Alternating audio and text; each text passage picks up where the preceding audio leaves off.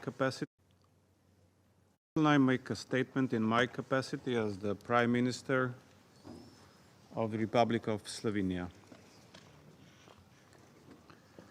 I want to start by thanking the Secretary General for his briefing and recognize a number of high-level participants at this meeting.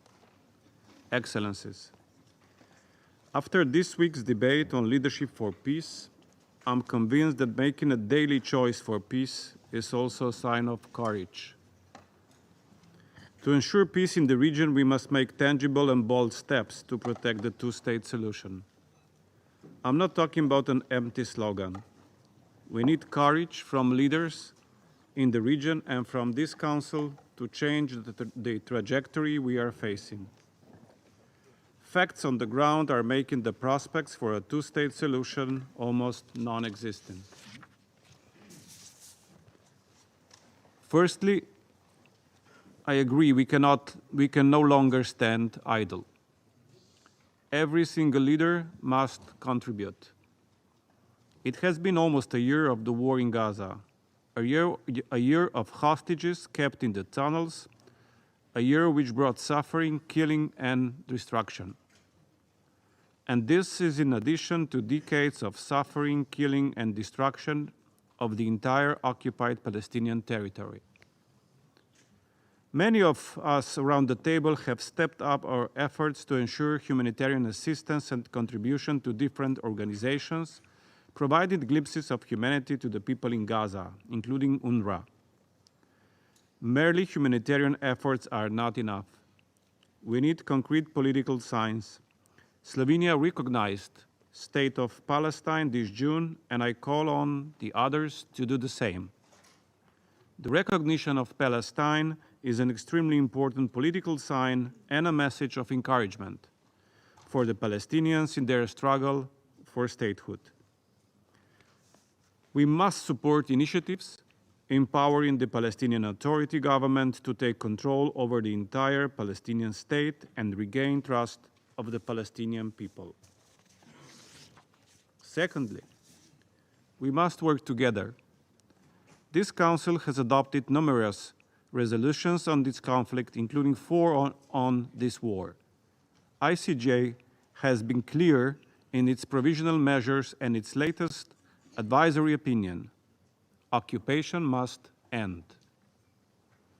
Practices and policies such as illegal settlements, settler violence, and human rights violations must end. This Council must be united and adamantly clear in its call for immediate implementation of its resolutions and decisions of ICJ. There should be no double standards and selectivity. If only one of us is not protected by the international law, none of us can no longer rely on it. Thirdly, we must act to prevent peace in the region slipping away. We can no longer express our concern about the potential regional spillover. However, the spiral of violence has gradually become more complex. This week, and in the last days, we have seen an enormous escalation in Lebanon. Attacks must cease.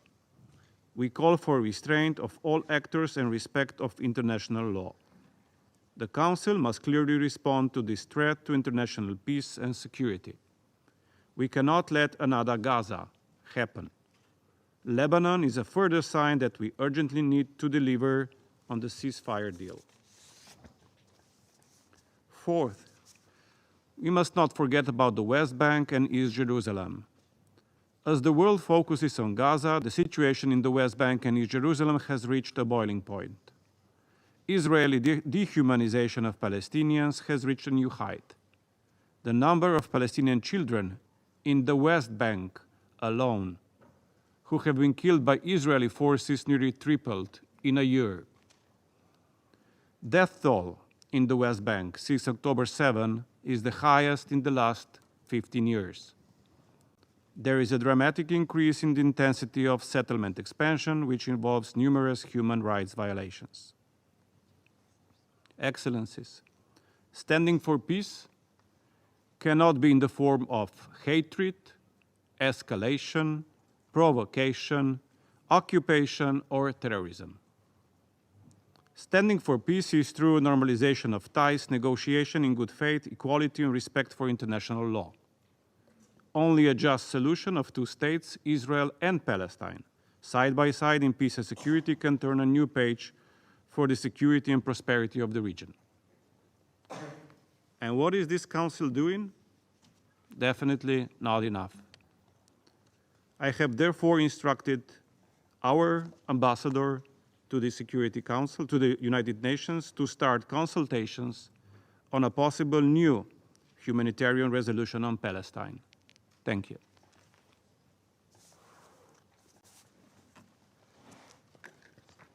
I resume my function as President of the Council. I now give the floor to His Excellency, Mr. Wang Yi, member of the Political Bureau of the CPC Central Committee and Minister of Foreign Affairs of the People's Republic of China.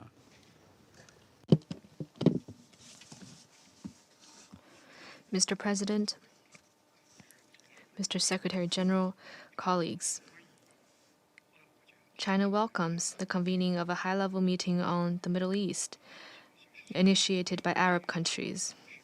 Under current circumstances, this meeting is highly relevant and necessary. I thank Prime Minister Golub for chairing today's meeting. We all listened carefully to the briefing of Mr. Secretary General and commend the efforts of Mr. Secretary General and the UN to mediate the Palestinian-Israeli conflict and promote peace in the Middle East. Mr. President, this round of Palestinian-Israeli conflict has lasted more than 300 days. The humanitarian crisis is unprecedented, and the tragedies of war are horrific. The people in Gaza are suffering under bombardment and blockade, and from hunger and disease. More than 40,000 civilians have lost their lives, and millions are displaced. Women and children are the first to suffer. Meanwhile, from Lebanon to Syria, from Yemen to Iran, spillovers of the crisis continue to spread. Regional hotspots are intertwined, the intensity spiral upward, and the situation in the Middle East is worrying. When the Middle East is unstable, the world is insecure. Faced with current difficulties and challenges, the international community cannot just look on, and the Security Council cannot sit idly by. China proposes 4 points. First, war and conflict must not continue. A comprehensive ceasefire must be achieved immediately. One more day of war means more civilian casualties and broken families. One more region where conflict spreads means more spillovers of crisis and hatred. We must act with the greatest sense of urgency to promote lasting ceasefire and comprehensive withdrawal of troops in Gaza. The parties to the conflict must fully implement the resolutions of the Security Council and make the decision of ceasefire, and not to take any adventurous moves that aggravate the tensions. Countries with important influence over the parties concerned should also take a sincere and responsible approach and play a more constructive role in promoting a ceasefire and effectively managing and preventing the spillover of crisis.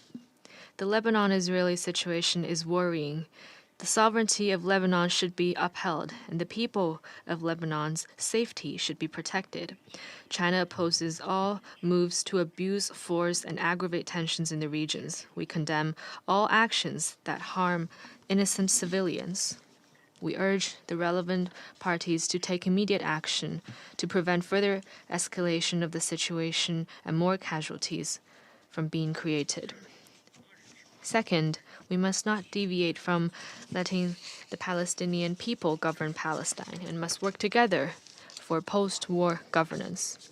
Gaza used to be where diverse civilizations met, but today it is engulfed in fighting.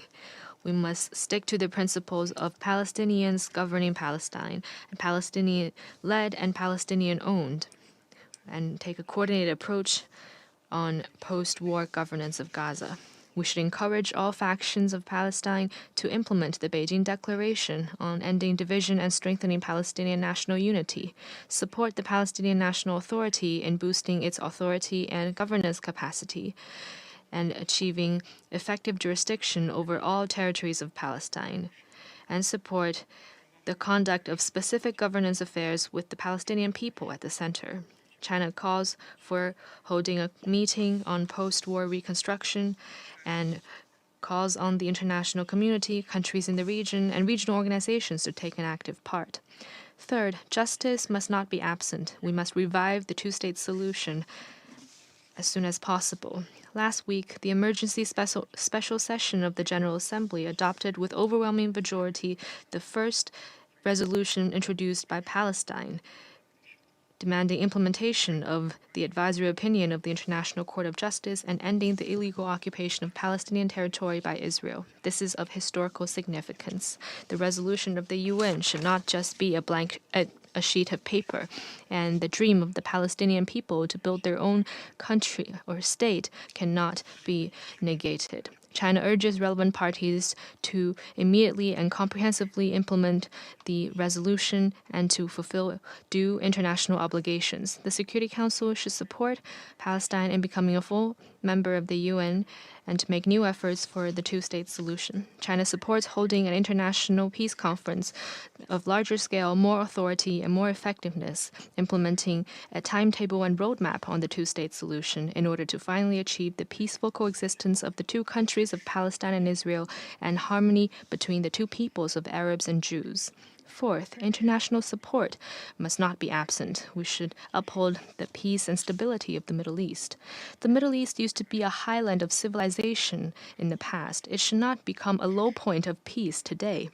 The international community should, on the basis of supporting the will of Middle East countries, support them in using their wisdom to settle hotspot issues in the region.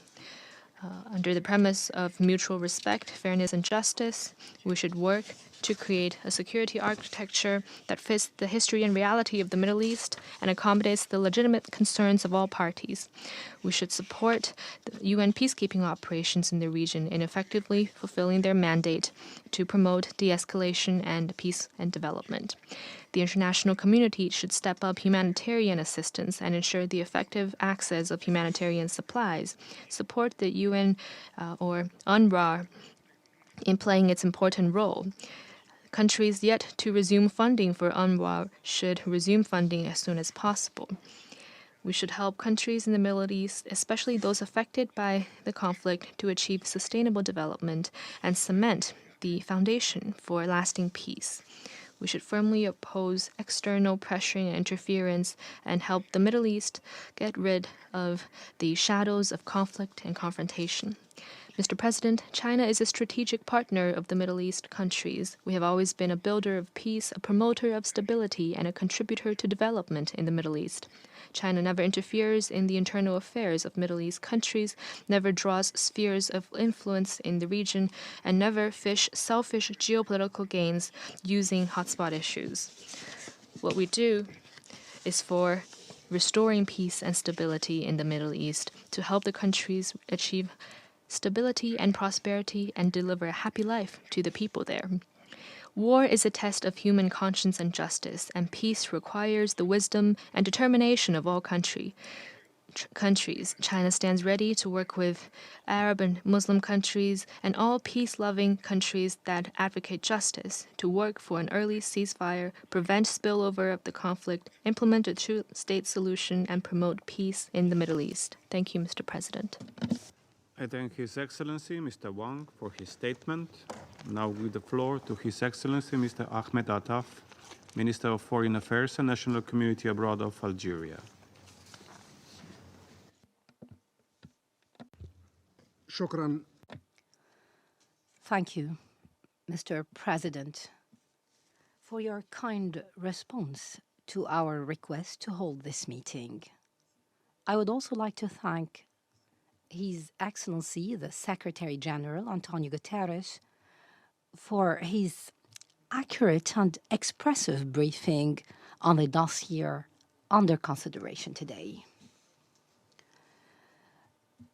my delegation took the initiative to hold this meeting today to shed light once again on the responsibility shouldered by the Security Council vis-à-vis the continuous genocide witnessed in Gaza for almost a year. This, in addition to what's happening in the entire Middle East, this dangerous Israeli escalation that portends an all-out regional war that could blow the peace and security and stability of everyone. This is a legal, political, moral, and human responsibility shouldered by our Council. It's a responsibility due to the heinous Israeli crimes committed against the Palestinians and all the peoples and countries of the region. It is also an important responsibility of our Council, and there is no justification not to shoulder such a responsibility under any circumstances. We cannot wash our hands of such a responsibility under any pretext. It is also a principled responsibility shouldered by our Council. It would never be obsolete, even with the failure witnessed by this central organ, which has been paralyzed and cannot even bring justice to the Palestinian people and ensure their rights. Our Council met dozens of times since the start of this horrific Israeli aggression against Gaza. Following long deliberations and unsuccessful and stalled negotiations, such meetings only adopted 2 resolutions calling for a ceasefire in this hurt Palestinian territory. Those 2 resolutions were disregarded by the settler Israeli occupation. They never respected them or appreciated them. On the contrary, they continued their heinous crimes, their gross violations, and their inhumane practices. Without any firm deterrence, clear condemnation, or even just a blame or criticism by our Council.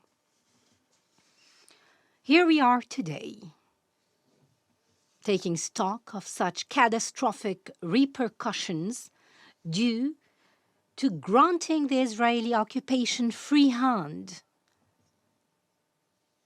and being so lenient with their criminal practices.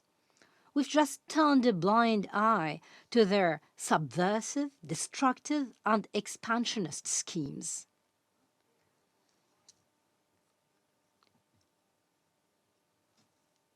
At the beginning, we were just observing the developments of a genocide within Gaza. However, now we see an expansion of such a war to the West Bank, in addition to an Israeli escalation in the entire region, going from Yemen to Syria to Iran and reaching Lebanon, where the crimes of the occupation have even escalated by stages. What has been committed in Gaza throughout that year and recently in Lebanon cannot be described diplomatically or politically or legally. Those crimes were so barbaric that they are uncivilized, immoral, and inhumane. The Security Council moved heaven and earth in previous situations, that cannot even constitute a drop in an ocean of the Israeli violations of all international norms and conventions. Our Council has resorted to Chapter 7 of the Charter to impose bans and sanctions in situations that were not as hard or dangerous as is the case in Gaza or Lebanon or in the neighboring countries of Palestine. Our Council has actually moved different international judicial organs to take action on situations that are not even as close as the barbaric scenes we have witnessed due to the crimes of the Israeli occupation in the areas mentioned above. We review the experiences of the Council in the past and how they have taken certain stances and addressed with determination the situation where its binding resolutions were not respected. However, that matter begs certain questions. For instance, until when will we continue seeing this settler Israeli occupation going without any accountability or punishment? Why does it have one system that is only applicable to the Israeli occupation? Until when? Till when will we give free hand to this occupation? Till when we will let it be free to continue flouting international legitimacy wherever they want, trampling upon the peace and security of the region as they wish, without shouldering the responsibility of such acts and actions, and without us making them carry that responsibility? Until when this occupation will continue with this tyranny and despotism, as if they have a free hand in the destiny and future of Palestinians.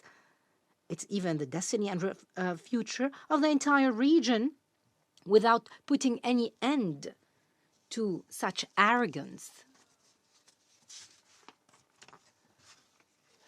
We firmly and sincerely believe that keeping the status quo is a real bad bet.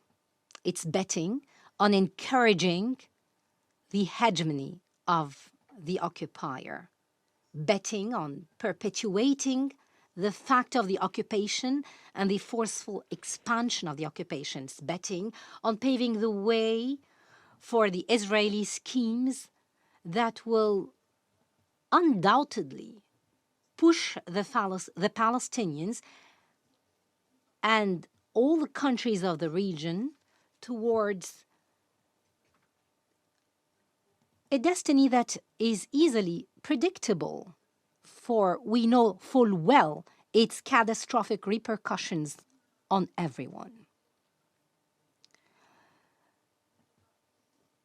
The dangerous developments that we have witnessed leave no room for procrastination or inaction from our Council. We have to shoulder our responsibility. Palestinians, the Lebanese, and all the peoples and countries of the region are not calling for the impossible. They are merely asking our Council to act to put an end to the killing, torture, and destruction. They are just calling for our Council to act to ensure respect for its binding resolutions. They are merely asking our Council to act to prioritize the rules, regulations, and norms of the international law that we must all be equal in respecting and complying with. We strongly believe that the persistent trampling of the Israeli occupation on the Palestinian question will only fuel this question. It will make it the most just cause on earth. It would only make the Palestinian people more adamant and determined to regain their stolen national rights. It would only enhance the faith and certainty of the international community in the right and necessity for Palestinian statehood. It's a just, lasting, and final solution to the Arab-Israeli conflict. It's an imperative and indispensable condition to bring about security and stability in the entire Middle East region. Thank you, Mr. President. I thank His Excellency Mr. Attaf for his statement. And now I give the floor to His Excellency Mr. Hugh Hilton Todd, Minister for Foreign Affairs and International Cooperation of Guyana.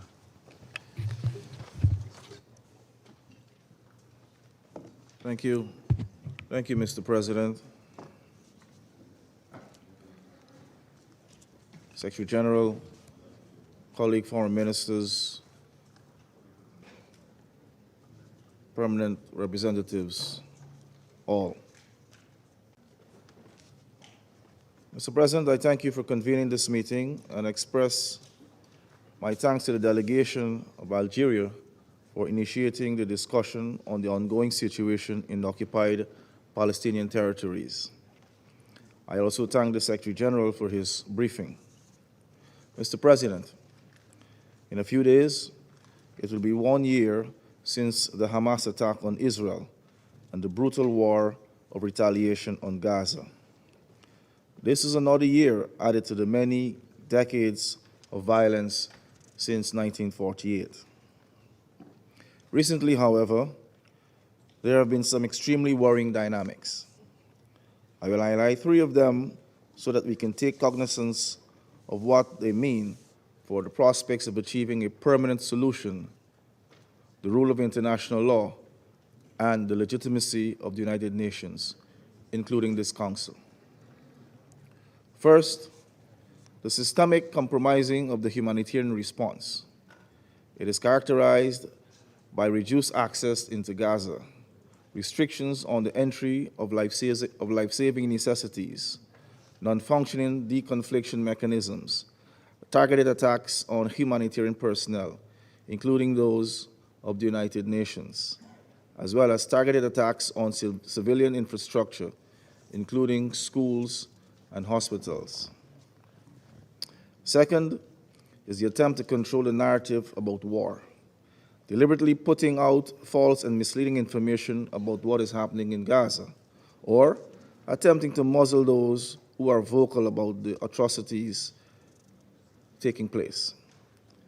We have heard, for example, that there is no challenge regarding the supply of humanitarian assistance to Gaza, except the United Nations' inability to handle the flood of aid.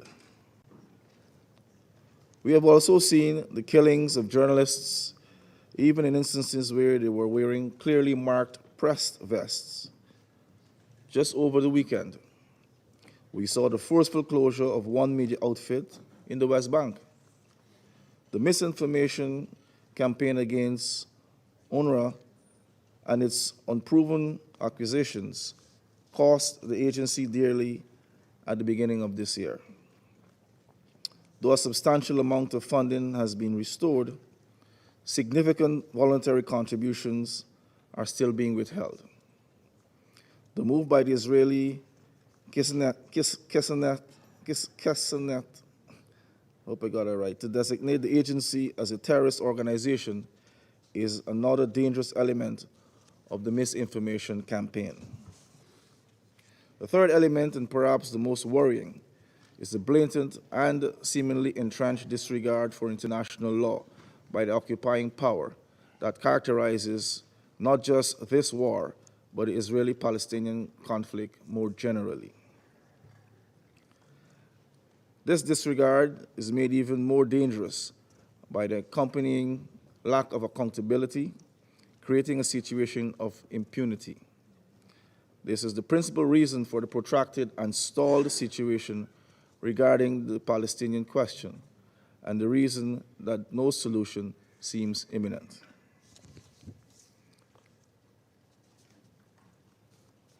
Mr. President, I conclude with three appeals. One, we need an immediate ceasefire in Gaza, the release of all hostages and illegally detained Palestinians, and an end to the campaign of violence in the occupied West Bank, including East Jerusalem. We also need a de-escalation of tensions across the region and for all parties, including Israel, to cease their provocative actions.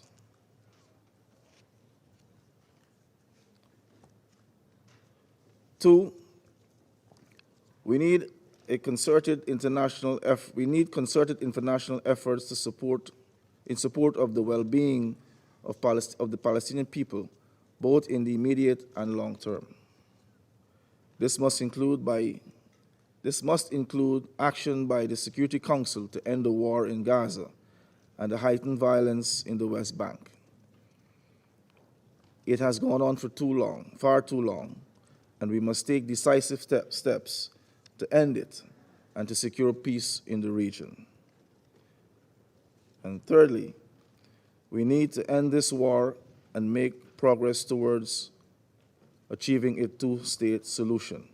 We cannot allow Israel to continue dismantling the two-state solution. Ghana is committed to doing its part on all of these fronts. I thank you.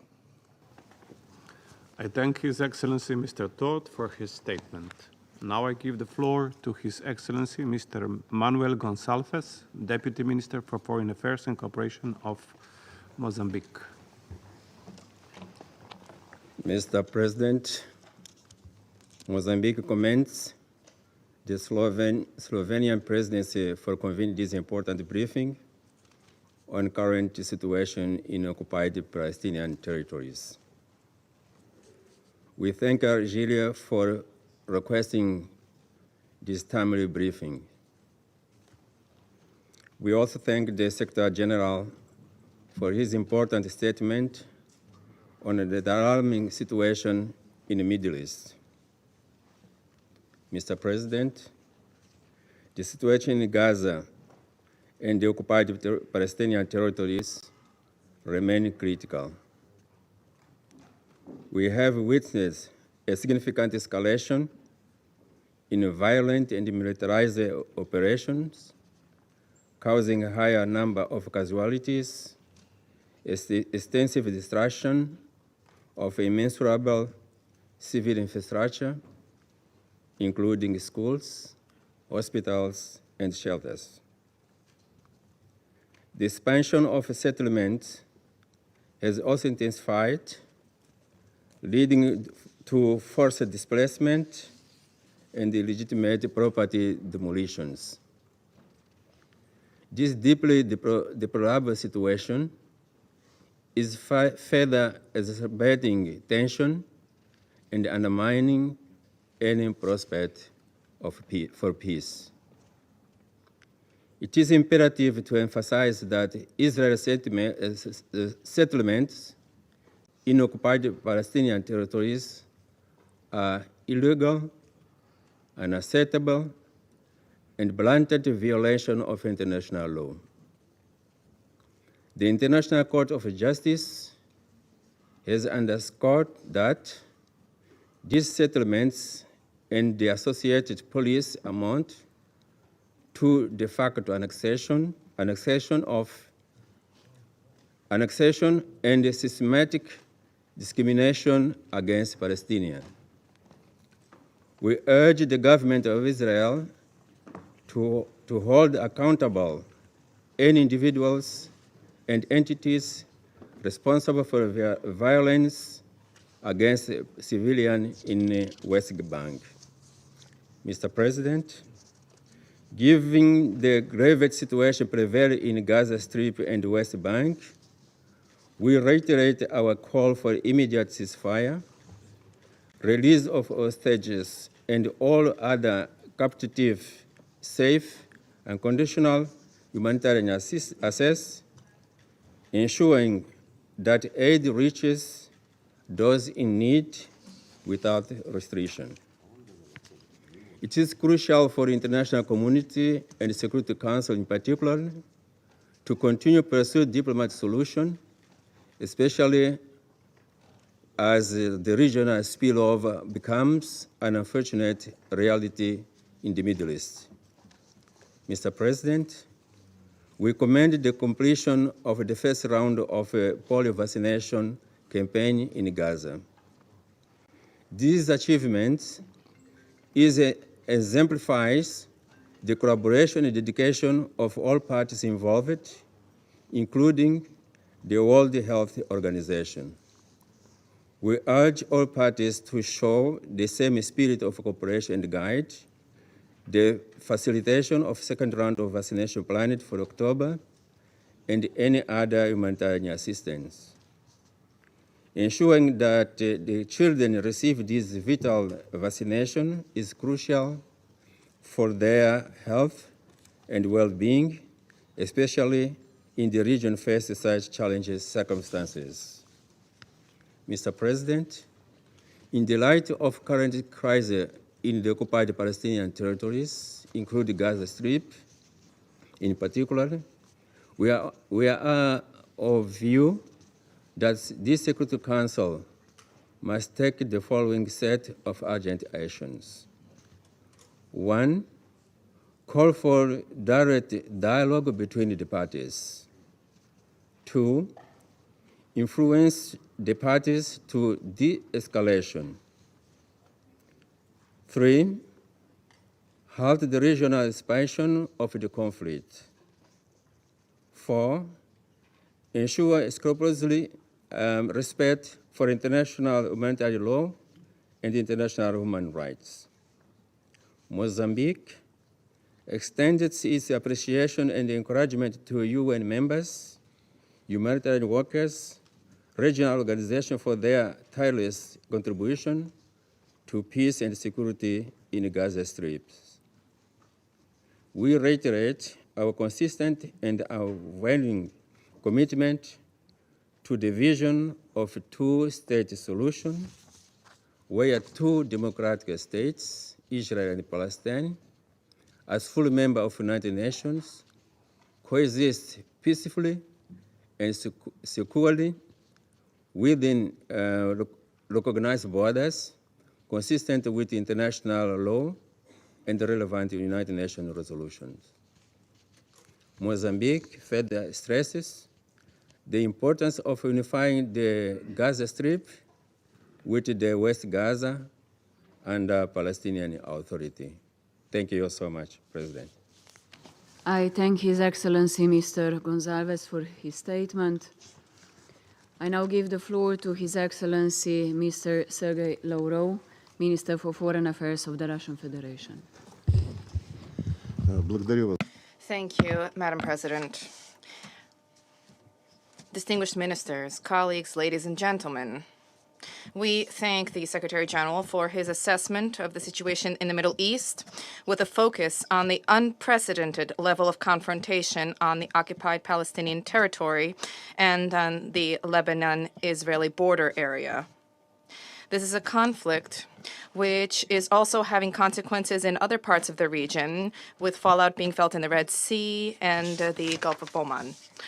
The vast area of the entire Middle East and North Africa continue to have hotbeds of instability persisting. The spiraling violence has gone far beyond the area of the Arab-Israeli confrontation, destabilizing the situation not just in the above-mentioned regions, but also in the Mediterranean Sea, the Persian Gulf, and in North Africa as a whole. The root cause of these crises has been and remains the fact that the Palestinian issue remains unresolved. At the epicenter of the current confrontation, there is the Gaza Strip, where what began in October 2023, I refer to the latest wave of military operations. This has become the most brutal and lengthiest in the entire succession of Arab-Israeli wars. The number of the dead has surpassed 41,000. The number of the wounded and missing persons is nearing 100,000. The majority of victims are civilians in the Strip, including many women, children, and the elderly. Amid the military operations and Israel's establishment of a blockade of the Strip, the situation is expeditiously deteriorating. This Strip has become the largest open-air prison from which people simply cannot flee. According to the president of the ICRC, Madam Spolarich, the Israeli military operation underwent a full paradigm shift towards, I quote, dehumanization and the stripping of civilians of human dignity. I would like everybody to recall our steadfast position, which remains unchanged. There is no justification for the terrorist attack on 7 October. However, collective punishment against all Palestinians is unacceptable. I recalled the figures of the dead civilians, 41,000 in 1 year after the 7th of October. This is double, more than double, the number of civilians killed on both sides of the conflict in Ukraine in 10 years after the brutal coup which took place in February 2014. In 1 year, 2 times more Palestinians were killed than in 10 years of civilian casualties on both sides in Ukraine. Despite the fact that both the Security Council and the General Assembly adopted a number of resolutions with call for a ceasefire and the establishment of sustained humanitarian access to Gaza, the Israeli army operation is ongoing.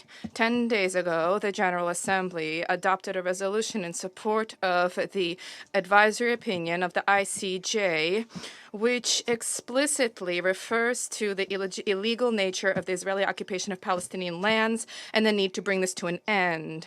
The overwhelming majority of the Council's membership supported this initiative to achieve a just and lasting resolution to the Palestinian-Israeli conflict and for the exercise of the rights of the Palestinian people to establish their own independent state within the 1967 borders with East Jerusalem as its capital.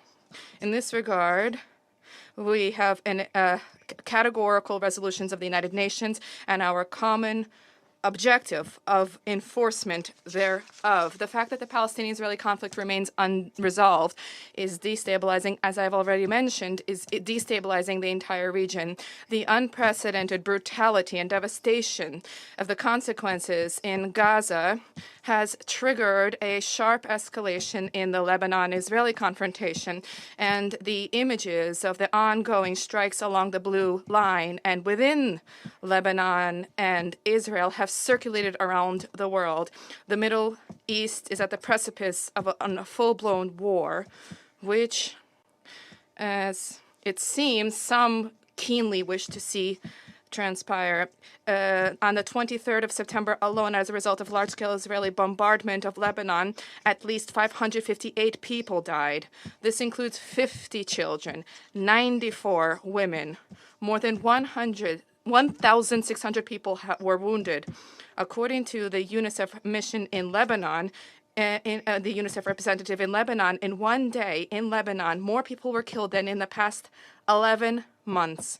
The dead include 2 staff members of the Office of the High Commissioner for Refugees. Tens of thousands of people have been forced to flee their homes. We strongly condemn the actions of the Israeli side, which blatantly violates the sovereignty of the friendly country of Lebanon. The indiscriminate attacks whose casualties are civilians are categorically unacceptable. The path of war that was embraced by West Jerusalem will not allow it to return the displaced persons to the north of the country, nor will it ensure security in the Lebanon-Israeli border area. And this is attested to by the experience of the 2006 Israeli campaign, when even the vast arsenal of the most cutting-edge military equipment and weaponry did not result in Israel achieving the goals it set out. There's a need to immediately end the spiraling violence before the situation completely spirals out of control, which, as we see, some very much wish to see transpire to provoke a full-blown war. We call for an immediate cessation of hostilities, which will result in an end to further bloodshed and will create conditions for a diplomatic and political resolution. As I understand, just today, an order was issued to bomb Beirut. We consistently and steadfastly emphasize the need for the full comprehensive implementation of Security Council Resolution 1701. This resolution stipulates both Israel's obligations to end all offensive military operations, withdraw its troops from South Lebanon, and end the occupation of Lebanese lands, and it also stipulates the obligation of Hezbollah to withdraw all of its formations to the north of the Litani River. For our part, we are undertaking robust diplomatic efforts to de-escalate the situation, to prevent the most catastrophic scenario. We stand ready to cooperate with international and regional partners to that end. We believe that the security of any state must not be ensured at the expense of the security of others. We fully support UNIFIL, which plays a stabilizing role on the Blue Line. It is precisely the presence of peacekeepers that had for a long time reduced the risk of an outbreak of full-blown military confrontation. There's a need to scrupulously ensure the safety and security of blue helmets. Madam President, the Security Council is not merely a platform for exchanging views on the most pressing global issues. This is also the main body for the maintenance of international peace and security, a body that has a myriad of time-tested instruments to enforce its resolutions. The membership of the Security Council needs to place the interests of the peoples of Palestine and Israel above the short-sighted political calculations of certain actors, and to demand an immediate ceasefire, the release of all illegally detained persons, and the full-fledged ensuring of humanitarian access to those in need. The violators of Security Council resolutions need to be strictly held accountable, without which our resolutions will remain dead letter. I wish to turn to the representative of the United States.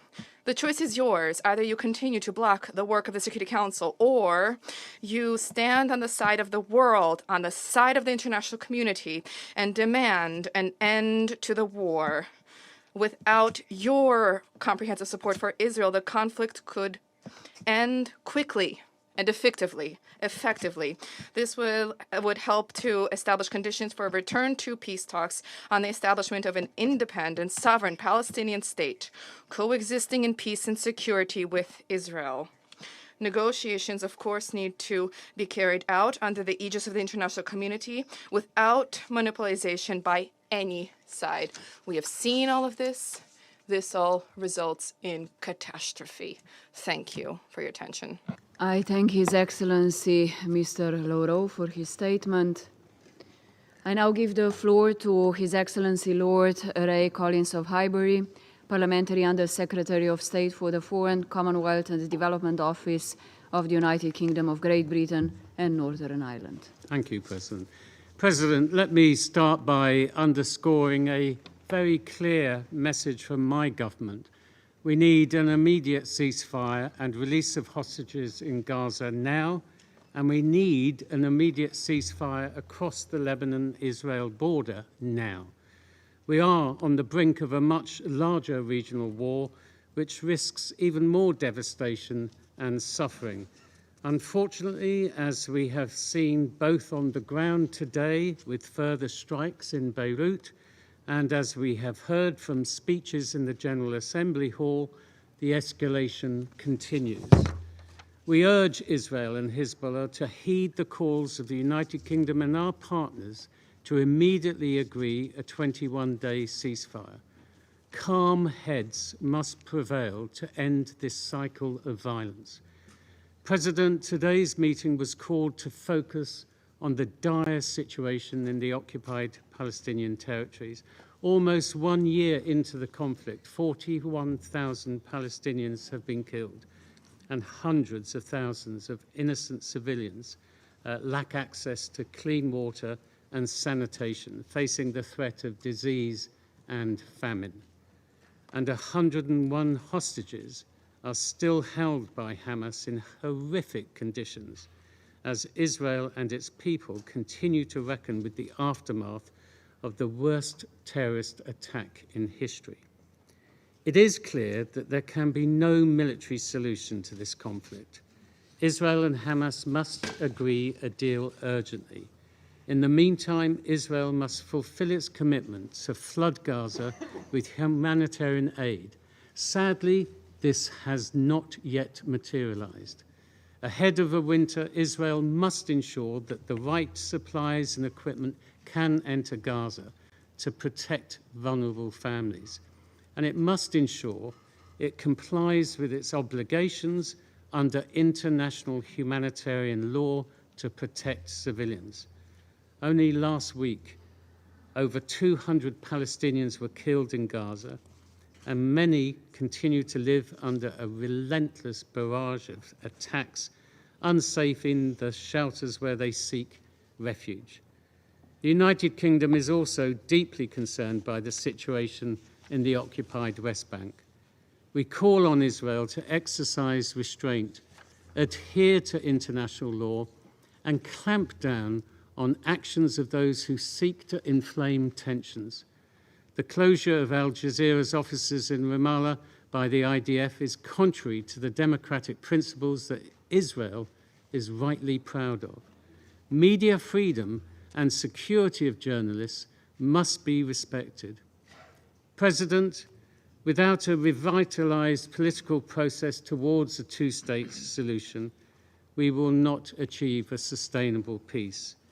We need galvanized international efforts to this end and to realize a safe and secure Israel alongside a safe and secure Palestinian state. This must include the reunification of Gaza and the West Bank, including East Jerusalem, in line with 1967 borders and under the effective control of the Palestinian Authority. President, planning for Gaza's future must also put Palestinians at the center of governance, security, recovery, and reconstruction efforts. This is the only way to deliver a lasting stability. Together, we must stop the region slipping into a deeper crisis and pull it back on the path towards a peaceful future. Thank you. I thank His Excellency Lord Collins of Highbury for his statement. I now give the floor to the representative of the Republic of Korea.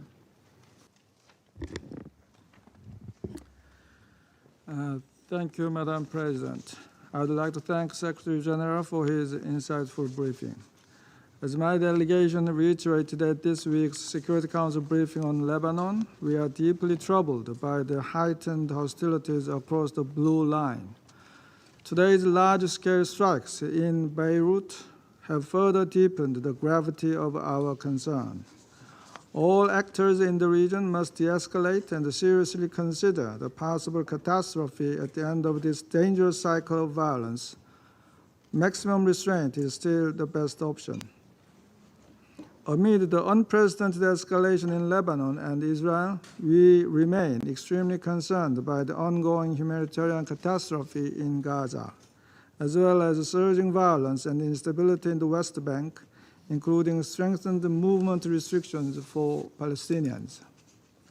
We are and should be still hopeful for the release of all hostages and an immediate ceasefire in Gaza, as well as an urgent de-escalation in Lebanon. In this regard, we fully support all diplomatic efforts by key regional and global stakeholders, including the recent US-France-led initiative on securing an immediate 21-day ceasefire across the Lebanon-Israel border. We call on both sides to accept this without delay.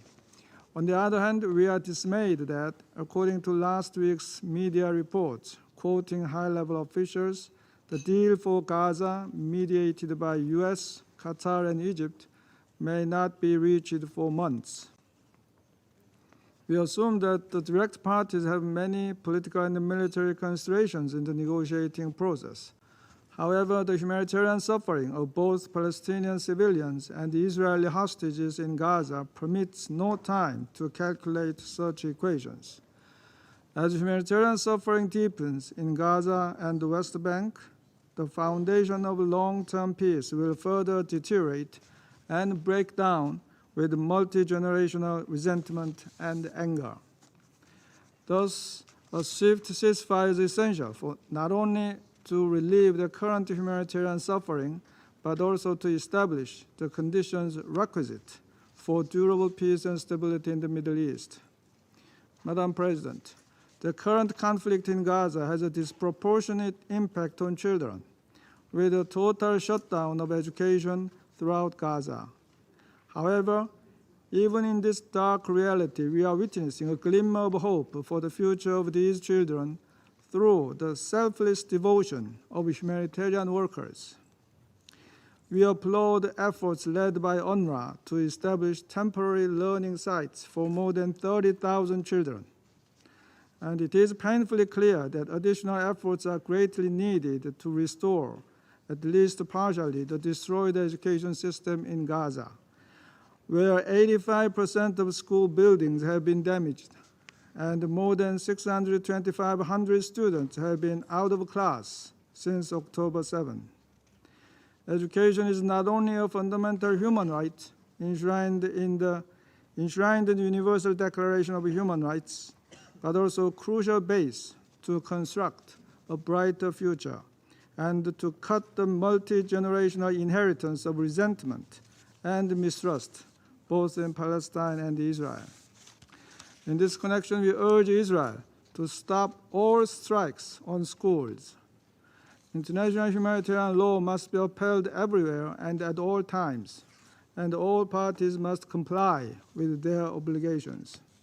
Children and schools must be protected for the sake of Gaza's future and for long-term peace in the Middle East and beyond.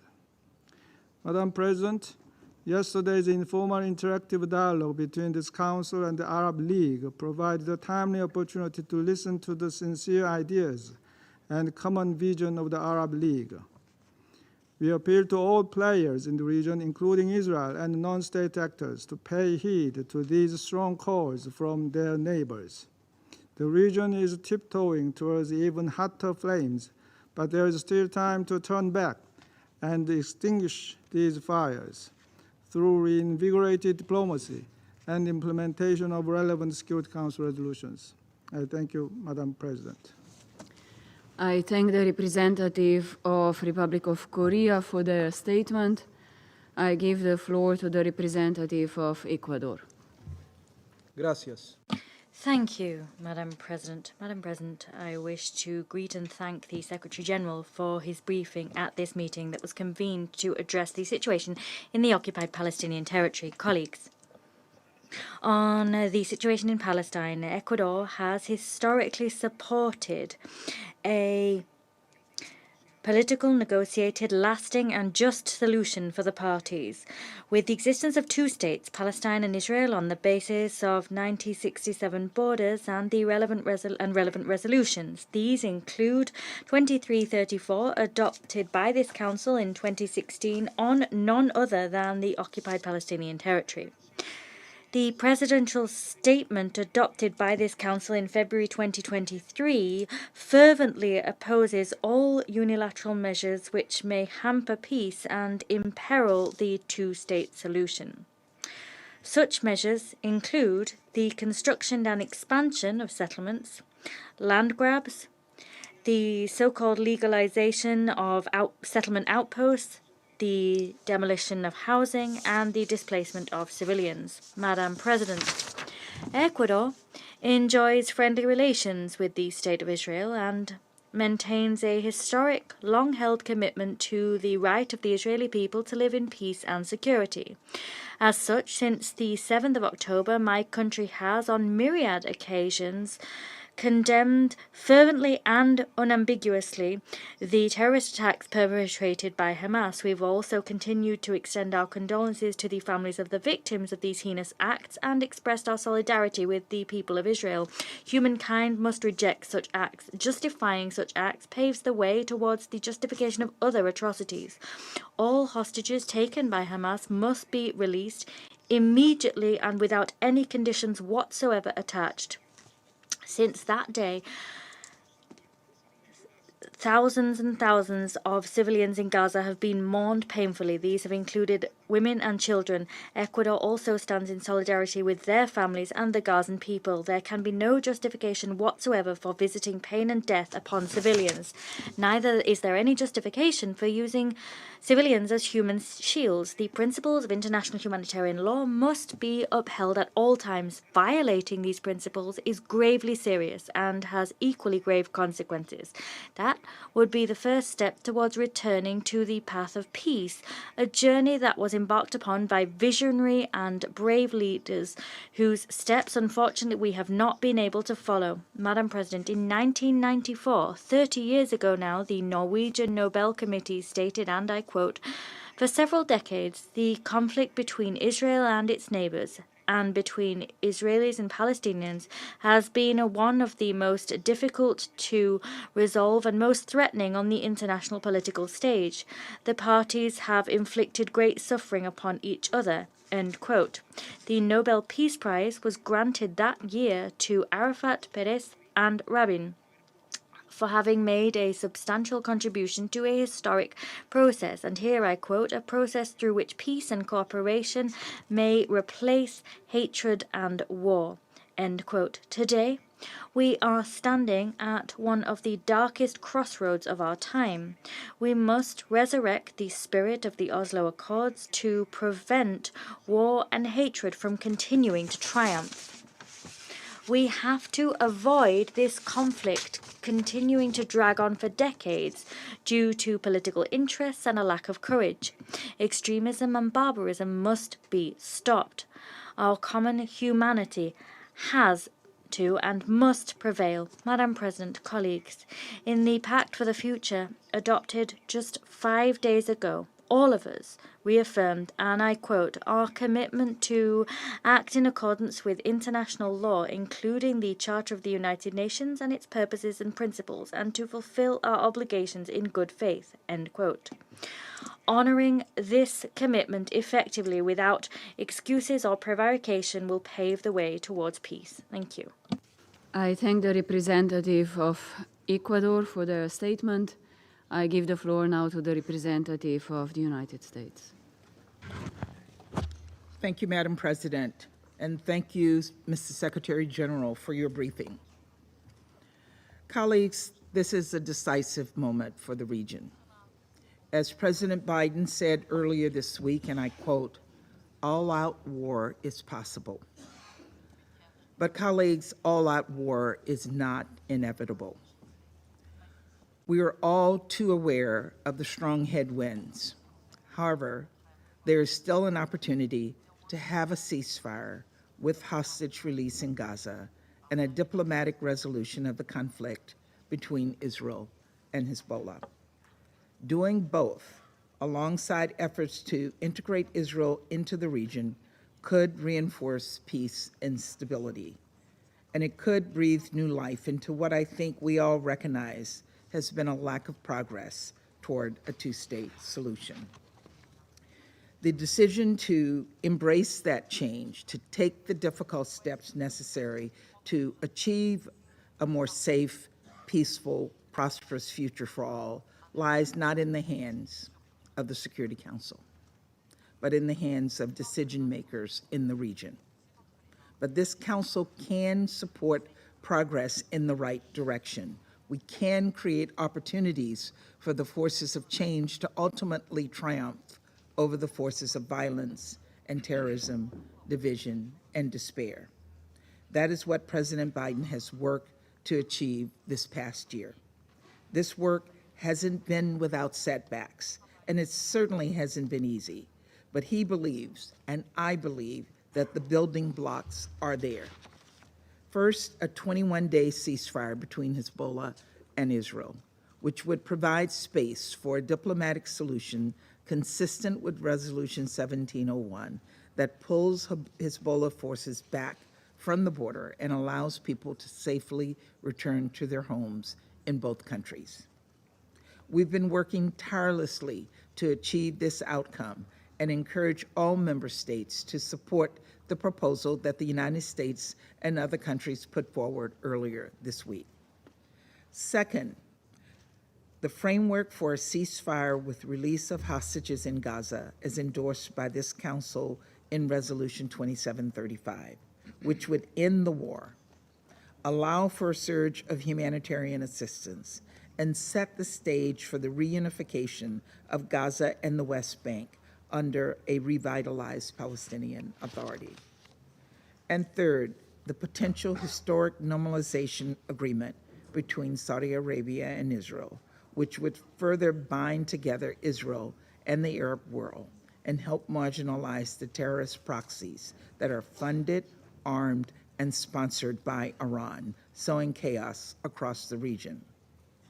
Achieving these three steps would require political will, but would make Israel more secure. And it would create the conditions for a better future for the Palestinian people, a future in which they enjoy equal dignity and security, freedom and self-determination. Colleagues, in just 10 days, we will mark the one-year anniversary of October 7th. 1 year since Hamas killed 1,200 people, murdering children in front of their parents and parents in front of their children. 1 year since Hamas unleashed sexual violence as a weapon of war. 1 year since Hamas took hundreds more hostage, including Americans and citizens from more than a dozen countries, some of which sit on this council. As President Biden said, the world must not flinch from the horrors of October 7th. Any country would have the right and responsibility to ensure that such an attack could never happen again. Israel is no different. With that, we must all recognize that allowing the terrorist group that committed this carnage to dictate the terms of peace is hardly a recipe for regional stability. And even as we press for a ceasefire and demand that all parties to the conflict protect civilians and humanitarian personnel, we all must not forget that Hamas continues putting civilians at risk every day in Gaza. But its refusal to accept the ceasefire deal on the table, by its continued practice of hiding fighters and commanders in schools and hospitals and tunnels under civilian infrastructure. Now there are members of this council that won't even utter the word Hamas, let alone condemn its brutality on October 7th and after it. But colleagues, acknowledging that reality does not mean ignoring the plight of the Palestinian people. We mourn the tens of thousands dead, nearly 100,000 injured this past year. Nor does it relieve pressure on Israel to protect civilians. Quite the opposite. What's more, while our eyes rightfully turn to the situation in Gaza and Lebanon, we cannot forget that Palestinians living in the West Bank have been subjected to violence from extremist settlers, watching in horror as their homes are set on fire, their olive trees uprooted, their land seized for illegal outposts and settlements. Their suffering, too, matters. Their humanity, too, matters. The current situation is so very clearly unsustainable. And while I wish there was a shortcut to peace, we know that's not the case. Not in the General Assembly, and not here in the Security Council, which has repeatedly underscored that a lasting and comprehensive resolution of the Israeli-Palestinian conflict can only be achieved through direct negotiations between the parties, consistent with the principle of land for peace, previous resolutions, and international law. And so the United States will continue to oppose unilateral measures that undermine the prospects of negotiations toward a two-state solution. That includes one-sided resolutions like the one recently adopted by the General Assembly, which do little to bring Palestinians closer to a democratic state of their own. It also includes the advancement of Israel's program of settlements, which we have reiterated over and over again hinders the prospects of peace, weakens Israel's security, and is inconsistent with international law. And it includes unilateral efforts to undercut the Palestinian Authority, whether by withholding the transfer of tax revenues owed to it under the Oslo Accords, or potentially not sustaining correspondent banking relationships between Israeli and Palestinian banks. We have been clear to Israeli officials that these relationships are necessary for preventing a deepening economic crisis in the West Bank, and that a lapse of these legitimate financial efforts would increase the risk of illicit financing, undercutting Israel's security. Colleagues, we have a shared responsibility to enable diplomacy between the parties. The 21-day ceasefire across the Israel-Lebanon border would allow negotiations toward a diplomatic solution, reducing tensions along the blue line and allowing people to return to their homes in both countries. The ceasefire with hostage release in Gaza, and ultimately a normalization deal with a firm commitment to a political horizon for the Palestinian people. Creating openings for diplomatic process takes political will, and it requires leaders to make some difficult decisions. But for the sake of Israeli, Palestinian, and Lebanese civilians, and all those in the region desperately hoping for peace, it is critical that those leaders make the right decisions. Let us help rather than hinder them in doing just that. Thank you. I thank the representative of the United States for their statement. I give the floor to the representative of France. Madame la Présidente. Madam President, I thank the Secretary General for his briefing. As was stated by President Emmanuel Macron before the General Assembly on Wednesday, there must not be war in Lebanon. We emphatically call upon Israel to cease the escalation underway in Lebanon and upon Hezbollah to cease strikes on Israel. Since the beginning of the week, Israeli strikes have already caused several hundred civilian casualties. Several hundred civilians are dead, including dozens of children. International humanitarian law needs to be upheld. Civilians, be they Lebanese or Israeli, should under no circumstances be targeted. The large-scale strikes which took place today in the south suburb of Beirut once again wrought devastation and claimed many casualties. This must be brought to an end immediately. France is determined to achieve a cessation of hostilities along the blue line in line with Resolution 1701, and we are committed to the security of civilian populations both in Israel and in Lebanon. In Gaza, the war has been raging for nearly a year. It needs to be brought to an end without further delay. The Security Council called for this through Resolution 2735, and it needs to contribute to bringing an end to the tragedy which is unfolding. There's a need for an immediate, permanent ceasefire in the Gaza Strip. All hostages need to be released without delay. Obstacles to humanitarian assistance need to be lifted. The stability of the region is at stake. France condemns all attacks targeting schools, shelters for displaced persons, humanitarian and United Nations personnel. International humanitarian law is binding upon all, including Israel. There can be no double standards. We also pay tribute to the WHO, UNICEF, and UNRWA for having carried out successfully a vaccination campaign against polio.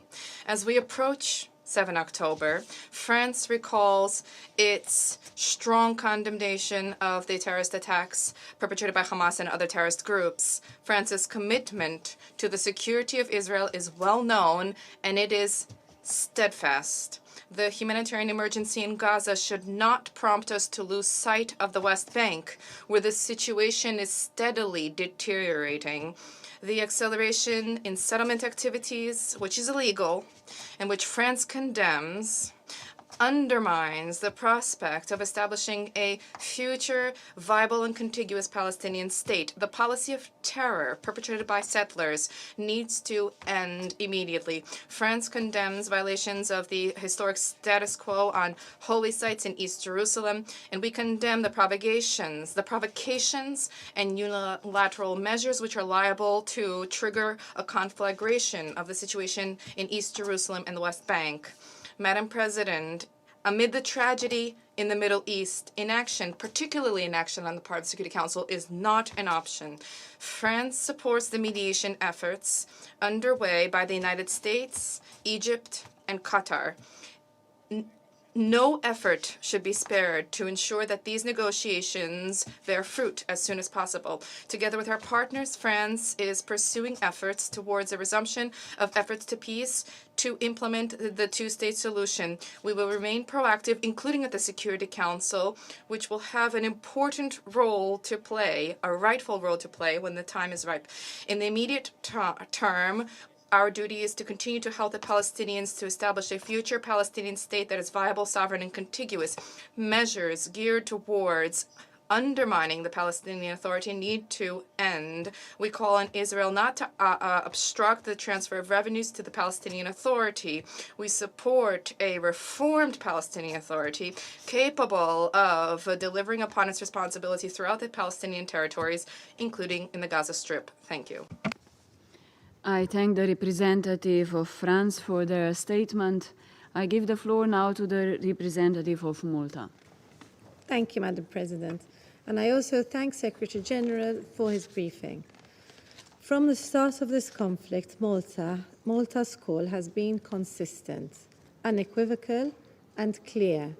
Only a permanent and immediate ceasefire in Gaza will provide the necessary environment for de-escalation.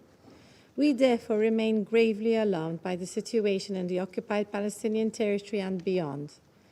This has resulted in unimaginable devastation and displacement, often on multiple occasions for countless civilians. Unfortunately, the outlook remains bleak. Nevertheless, accepting the status quo is not an option. We fully support the ongoing diplomatic efforts by the US, Egypt, and Qatar towards achieving a ceasefire. This Council and the international community, too, have a critical role to play. Meanwhile, 110 hostages are still held captive by Hamas, forced to endure unimaginable conditions for almost a year. They must be released immediately and unconditionally, and reunited with their families and loved ones. At the same time, the humanitarian needs of the civilian population in Gaza are immense. More than 41,000 Palestinians, the majority of whom are women and children, have been killed. Israel's continued strikes continue to render the entire strip uninhabitable. While the UN is working tirelessly to prevent a polio epidemic, the health crisis has only deepened. Compromised hospitals suffer crippling shortages of fuel and medicine, all as acute levels of hunger persist. As children worldwide start the scholastic years, schools in Gaza continue to be attacked. The ongoing insecurity including attempts to use educational facilities for non-education purposes, deprives children of their safety and access to education. Additionally, the dignity, safety, health, and rights of women and girls have been gravely undermined. They face a multitude of threats and hardships, including those due to rampant lawlessness and criminality within desperate communities. It is unacceptable that international humanitarian law, including the principles of distinction, proportionality, and precaution, and international human rights law, continue to be flagrantly disregarded. We further reiterate that Israel has the responsibility to provide adequate, unimpeded access for humanitarian aid into and across the Gaza Strip, including through opening all crossings. President, Malta is also gravely concerned that the situation in the occupied West Bank, including East Jerusalem, is quickly edging towards catastrophe. This cannot be allowed to occur. It would extinguish any remaining hope for peace. Civilian death and destruction caused by Israeli military operations and escalating settler violence, combined with demolitions, forced displacement, and intimidation, are rendering conditions unlivable for Palestinians. We reiterate that settlement activity is illegal under international law and undermines the contiguity of a future Palestinian state. In line with the ICJ advisory opinion of 19 July and the General Assembly resolution adopted last week, Israel is under an obligation to end its unlawful presence in the occupied Palestinian territory as rapidly as possible. President, as the world continues to witness unprecedented regional suffering, which has now alarmingly spilled over into Lebanon, the latest news coming out of the country is deeply concerning, and we are monitoring developments closely. We stress that further escalation will not lead to a resolution of this conflict. We call on all parties to exercise utmost restraint and to de-escalate the situation through diplomacy and the agreement of a sustained ceasefire. This is the only path which will allow us to rebuild a necessary political horizon and lasting peace, a peace based on a two-state solution along the pre-1967 borders, addressing the legitimate aspirations of both sides, with Jerusalem as the future capital of two states, living side by side in peace and security, in line with the relevant Security Council resolutions and internationally agreed parameters. Thank you. I thank the representative of Malta for their statement. I give the floor to the representative of Sierra Leone. Thank you, Madam President. I thank the Secretary General, Mr. Antonio Guterres, for his briefing, which clearly highlights the precarious nature of the ongoing conflict in the occupied Palestinian territory and other parts of the region. Let me further acknowledge the leadership of the Secretary General and the commitment of the entire UN system to alleviate the plight of the Palestinian people. In this regard, we commend the World Health Organization, UNICEF, and UNRWA for collaborating with the Palestinian Ministry of Health to successfully roll out the polio vaccination campaign. We honor the service and ultimate sacrifice of the over 220 UN and other humanitarian workers who have lost their lives in this conflict and stand in solidarity with all frontline operational personnel.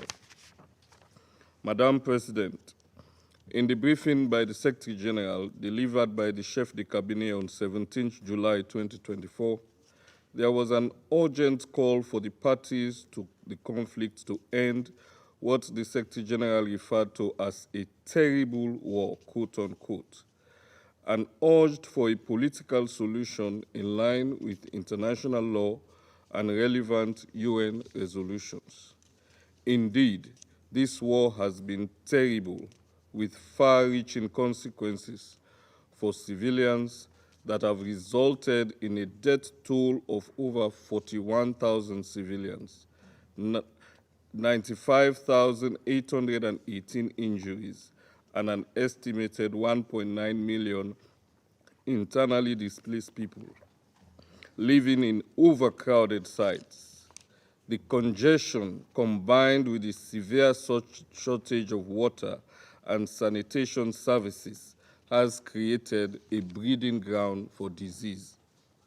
We continue to be alarmed by the breakdown of law and order and the increase in the crime rate in Gaza, seriously affecting the safety and security of its citizens. Madam President, the steady rise in the violence and military operations in the West Bank by Israeli security forces and extremist settlers is dangerous and unacceptable. Israel's continued occupation and expansion policies could ignite tensions and provoke an even more deadly conflict. We urge Israel to cease all military operations in the West Bank to avoid claiming more civilian lives, destroying civilian infrastructure, and setting the stage where the two-state solution becomes untenable.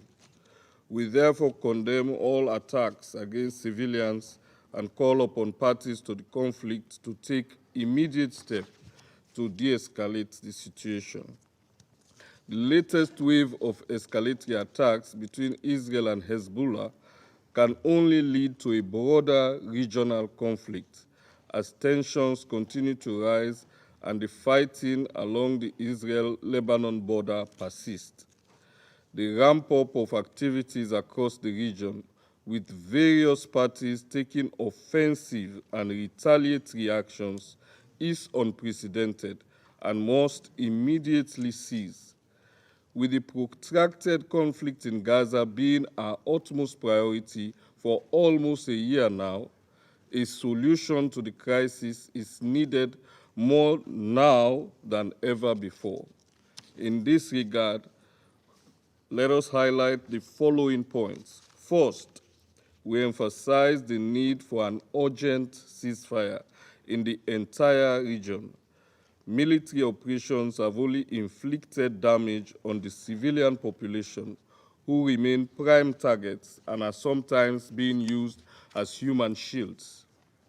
An immediate ceasefire, whether through a negotiated agreement or in response to the decisions of the Security Council, as demanded in Resolutions 2728 and 2735, or whether in compliance with international humanitarian law, must be urgently implemented by the parties to the conflict.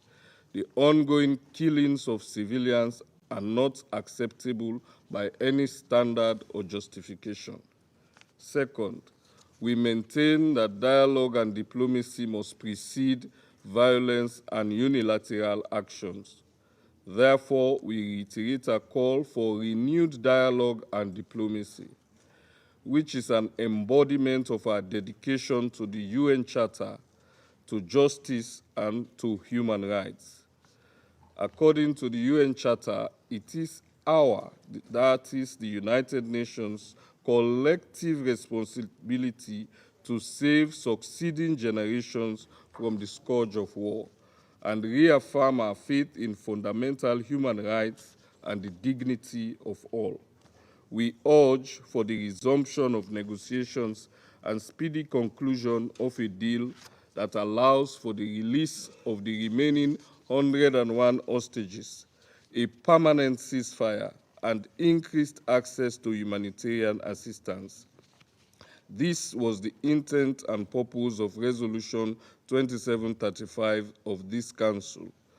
We therefore reiterate our support for the efforts of Egypt, Qatar, and the United States in this regard. Thirdly, we call for respect for international law, including international humanitarian law that will guarantee the safety and security of civilians, including humanitarian personnel. We reject indiscriminate attacks against civilians and call for accountability for war crimes.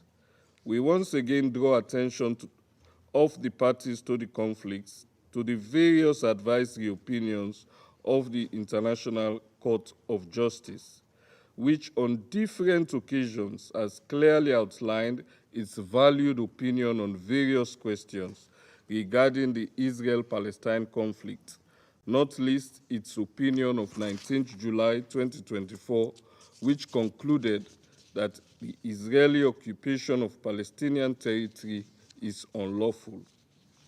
In conclusion, Madam President, the resounding call from the international community during the UNGA 79 high-level debate this week on the situation in Gaza was for efforts to work towards the path of peace and not to give up hope for a peaceful resolution of the conflict. We therefore support the relaunch of a political process that will lead to the achievement of the two states, Israel and Palestine, living side by side in peace within secure and recognized borders. It has been proven over the years that a fragmented approach without a holistic examination of the root causes and legitimate concerns of the parties to the conflict is pointless. Therefore, the relaunch of a peace process must be consultative, guided by the principles of international law, the UN Charter, and all resolutions of the General Assembly and the Security Council. We must not renege in delivering peace to the children of Gaza and the future generations in the Middle East. I thank you.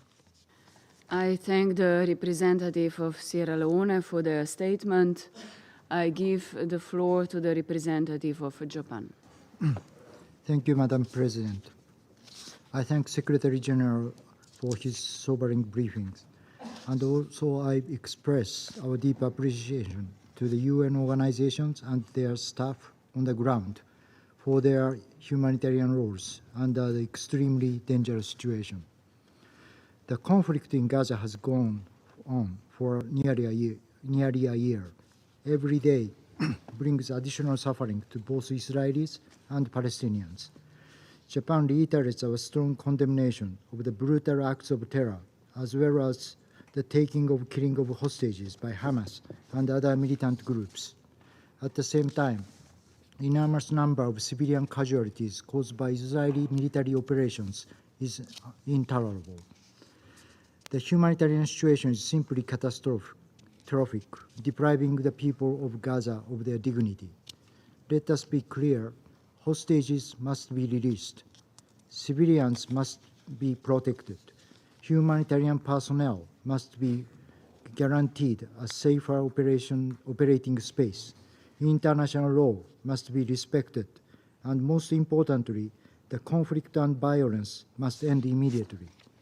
The longer this conflict continues, the more civilians will be victimized, the more people will suffer from hunger and disease, and the more children will be orphaned and traumatized.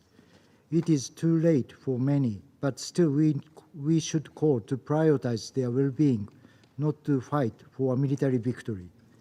There is no winner in a competition of pain. This is why the parties, in particular Hamas, must swiftly move towards the conclusion of a deal in accordance with the Council's Resolution 2735.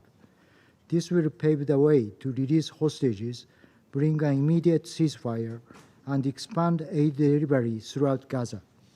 Japan reiterates its unwavering support for the tireless mediation efforts by the US, Egypt, and Qatar. Madam President, we have also witnessed the alarming escalation in the West Bank. The heavy civilian fatalities and massive destruction of civilian infrastructure are deeply concerning. The General Assembly has recently adopted a resolution following up on the ICJ advisory opinion. As a country which attaches great importance to the role of the ICJ and the rule of law, Japan voted in favor of the resolution after thorough consideration. Israel's settlement activities are in violation of international law. Japan strongly urges the government of Israel to completely halt its settlement activities as the GA resolution demands. We also condemn the violence by the extreme settlers. As we all know, the only viable path to resolve this tragic conflict is a two-state solution, where both Israel and the future independent Palestinian state live side by side in peace and security. This requires confidence building and sustainable dialogue between the parties, not hostilities or hatred. Diplomacy must prevail, even in this time of difficulty and darkness. Japan will continue to play its part to seek a peaceful way out of this decades-long conflict. Madam President, last but not least, we are compelled to address the extremely dangerous situation in Lebanon. Japan is strongly concerned about the escalation of tensions between Israel and Hezbollah and deeply saddened by the numerous civilian casualties. Japan has joined the statement along with the like-minded countries calling for immediate 21-day ceasefire. We call on all parties to endorse temporary ceasefire immediately, consistent with the Security Council Resolution 7001, and give a real chance for diplomatic settlement. Thank you, Madam President. I thank the representative of Japan for the statement, and I give the floor now to the representative of Switzerland. Thank you, Madam President. I thank you for convening this high-level briefing. I also welcome many ministers here among us. That presence bears witness to the international community's determination to prevent the risk of an even more serious escalation and to return to the path of peace. I also wish to thank the Secretary-General for his briefing to the Council. Switzerland supports the Secretary-General's appeal for immediate de-escalation in the region.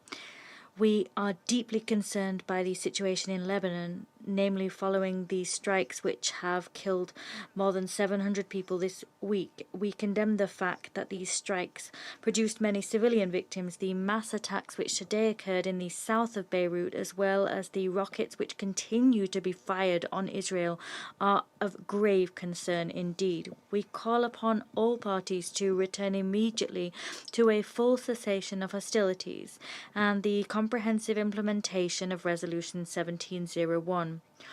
All parties must exercise the utmost restraint and take all precautions necessary to protect civilians. This in accordance with their obligations under customary and conventional international humanitarian law. Switzerland supports ongoing diplomatic efforts to bring about a cessation of hostilities on both sides of the Blue Line. The spiral of violence against which this Council has unanimously spoken out since the acts of terror of October 7th, which we have strongly condemned, must absolutely come to an end. Excellencies, as immediate measures also for de-escalation in the region, Switzerland continues to call for an immediate ceasefire in Gaza, for the immediate and unconditional release of all hostages, and for safe, rapid and unfettered humanitarian access. The parties must uphold their obligations pursuant to international law. Switzerland once again expresses its support for the UN's commitment, and particularly our support for your humanitarian colleagues who are so often a target in this conflict. In May, this Council's adoption of Resolution 2730 reaffirmed that the protection of humanitarian personnel, UN staff, and associated personnel is an obligation under international humanitarian law.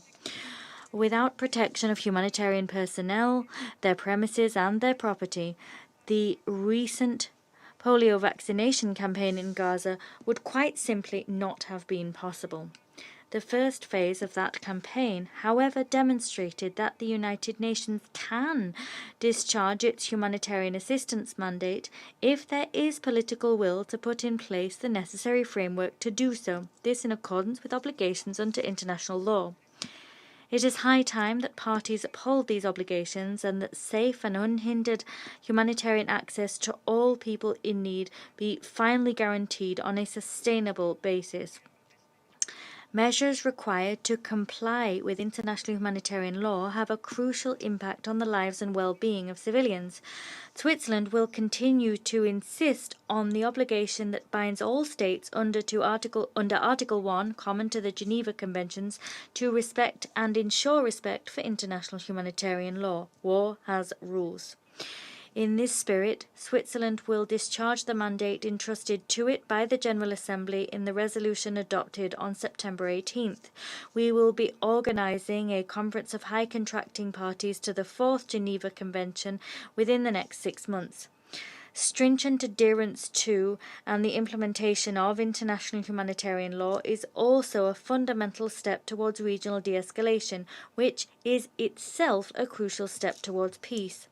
Madam President, Excellencies, peace requires political will and the implementation of this Council's resolution.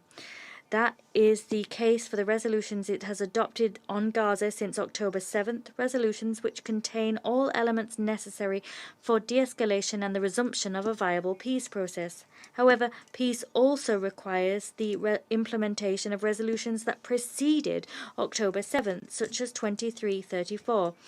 As confirmed in the ICJ's advisory opinion of 19th of July, which Switzerland supports, the illegal nature of the Israeli occupation of the Palestinian territory, which has now been ongoing since 1967, is now beyond doubt. That occupation must end and a political horizon must be restored. In this connection, Switzerland welcomes the fact that the General Assembly has called for an international conference to be held during its 79th session with a view to establishing a comprehensive, just and lasting peace in the Middle East. The two-state solution is the only bedrock able to guarantee peace between Israelis and Palestinians and stability in the region. We must help to rebuild without further delay this cornerstone of two democratic states, Israel and Palestine, of which Gaza is an integral part, living side by side in peace within safe and recognized borders. Switzerland is ready to commit to that end alongside the UN, Council members and states of the region. Thank you. I thank the representative of Switzerland for the statement. I now give the floor to His Excellency Mr. Ayman Safadi, Deputy Prime Minister and Minister for Foreign Affairs and Expatriates of Jordan. In the name of God, the merciful, the compassionate, Your Excellency, Madam Ambassador, dear colleagues, a few days ago, a Palestinian Israeli girl dared to say what Israel has forbidden. She said the truth. She said that in Gaza there are children that are starving and there are no more homes to shelter them.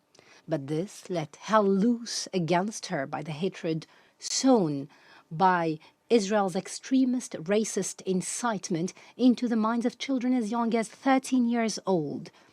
Students at her school in Beersheba attacked her at the instigation of their teacher. After that, her school administration expelled her on charges of incitement before amending the decision to suspend her from school pending an investigation into the incident. An investigation, precedents prove that it will never be concluded. Just like the case of an investigation into the killing of the Palestinian-American journalist Shireen Abu Akleh at the hands of an Israeli soldier. And another Israeli soldier has actually tore up her photo in Al Jazeera's Ramallah office last week after it was closed. This is an act that presents once again proof of the depth of hatred and the prohibition of telling the truth in Israel. Students who attacked the child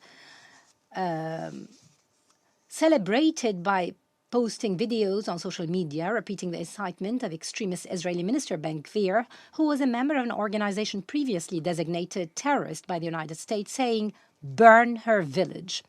The deputy mayor of her city called for the displacement of the girl's family, and according to the girl's lawyer, the family members receive daily threats that their heads will be cut off.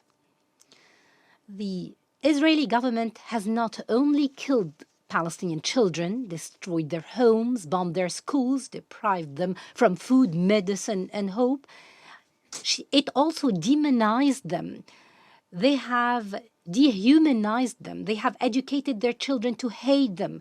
They have educated their soldiers to target them. And they have educated their community to deny them the right to exist. This is the racist and inhumane ideology that has made war crimes against the Palestinian people in occupied Gaza and West Bank an act that the soldiers of the Israeli occupation army are proud of on social media. This is the hatred that moved the Israeli soldiers to kick the bodies of young Palestinians from rooftops in the West Bank, for those bodies to fall meters away and with it to drop the morals that they claim they carry. The Israeli government has demonized Palestinians, enabling terrorist settlers against them, legitimizing the theft of their land and their denial of the denial of their rights. Israel's war on Gaza shows the hatred and the brutality. It's a war for ethnic cleansing aimed at erasing the Palestinian presence on Palestinian land.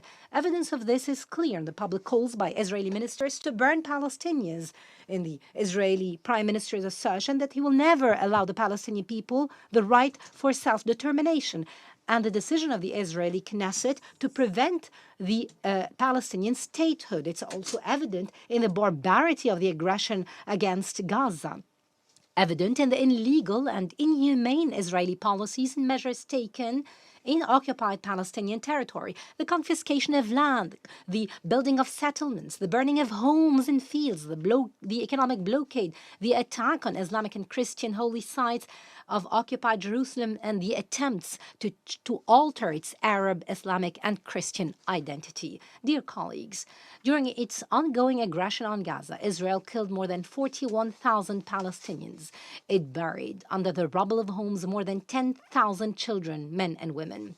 It also pushed others into tents, school ruins, and hospitals, and denied them food, water, and medicine, so that children die of starvation, mothers die of thirst, and fathers die of oppression. Gaza was destroyed. It has become a place that is not viable anymore. The Israeli government has applied the same scheme in the West Bank. It pushes it to the brink of explosion to justify launching a new war aimed at abolishing the Palestinian presence there and to prepare for the displacement of its people. This is a war crime that Jordan will not tolerate. We will not allow the displacement of the Palestinian people from their historic homeland. This was said clearly, firmly, and decisively by His Majesty King Abdullah II, Ibn al-Hussein. Jordan will not be an alternative homeland. This will never happen. We will protect Jordan. We'll confront any threat to our homeland with all means, no matter what is required. The Palestinians have their occupied homeland. It will be liberated to be an independent and sovereign state with occupied Jerusalem as its capital, even if it will take some time, and Jordan will remain with its people, and it will support the Palestinian people. Israel has destroyed Gaza. It's bombing the West Bank.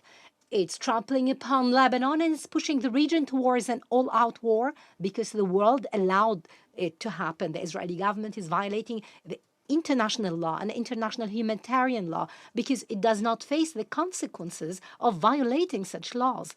War crimes are committed because they are not held accountable when they are violated. It defies the Security Council and General Assembly resolutions and the rulings of the ICJ because international law is applied selectively and it has a place above the law. It threatens international peace and security because the Security Council does not play its role and does not use its legal tools available to curb them.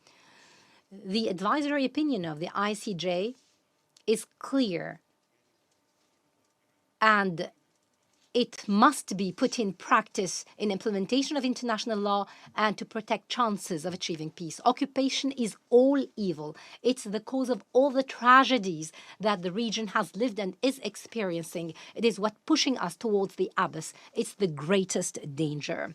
Dear colleagues, a government that entrenches hatred and racism in its society does not want peace. Hatred and racism are the enemy of the oppressed, as well as a danger to their victims. The Israeli government lies to its people when it claims that they are surrounded by those who want it destroyed. They threaten their future when they make them prisoner of fear and trap it in the narrowness of hatred and racism and make their country a rogue state. All Arab countries condemn the killing of Israeli civilians. All Arab states want a just peace, for which we have presented a comprehensive initiative that guarantees Israel's security and its recognition in our region within a framework of a solution that ends the occupation and guarantees the right of the Palestinian people to freedom, dignity, life, and an independent and sovereign state on their national soil. However, the Israeli government rejected peace. They chose war. They killed children in numbers never witnessed for decades. It entered into the UN blacklist for child killing. It's a record number of killing of UN staff and humanitarian workers at the hands of Israelis. And it's known full well that it has killed journalists and prevented international media from entering Gaza, which has become the scene of the largest war crime committed in modern history. Because if the international media enters Gaza, the world will discover the scale of death, destruction, injustice, and misery that our international community has allowed Israel to inflict on the people of Gaza. Then the world will see the magnitude of the shame that will befall our humanity for generations to come. It's a crime to allow a government whose ideology is extremism and its method of killing is to steal the future of the region. Enough is enough. Stop injustice. Compel Israel to abide by international law and human values. All of you support the establishment of Palestinian statehood based on the two-state solution as a way to achieve peace. Recognize the state of Palestine and recognize it as a full-fledged member in the United Nations. You all reject the humanitarian catastrophe exacerbated by the Israeli aggression on Gaza. So stop this starvation, break the siege, and heed the call of His Majesty to impose a sustainable humanitarian bridge to stop the death of Palestinians from starvation, thirst, and disease. The danger of the region falling into a real regional war is growing by the day. Stop this danger before it's too late. You have the legal, political, and operational tools that can defeat it. Use it. Impose sanctions.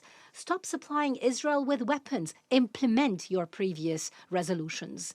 Save Palestinians and Israelis from the extremism of this Israeli government, its obscurism and crimes. Protect the region and the world from the consequences of its aggression, which will not stop at the borders of the Middle East. Israel has killed tens of thousands of Palestinians.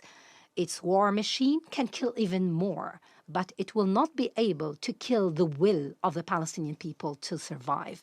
It will not stop its struggle for freedom. They will continue to knock on its door generation after generation. This is history, and that will be the future. The Palestinian people have a right, and they must regain that right if the region is to enjoy its right to security and peace. The light of the Palestinian right will break the darkness of the Israeli injustice, and sooner or later the Israeli falsehood will come to an end. Make it sooner, so that oppression and injustice do not make the future, as is the present, is a viral of conflict, murder, misery, and war. Enough is enough. The oppressors have exceeded the range. Stop this injustice. I thank His Excellency, Mr. Safadi, for his statement. I now give the floor to His Excellency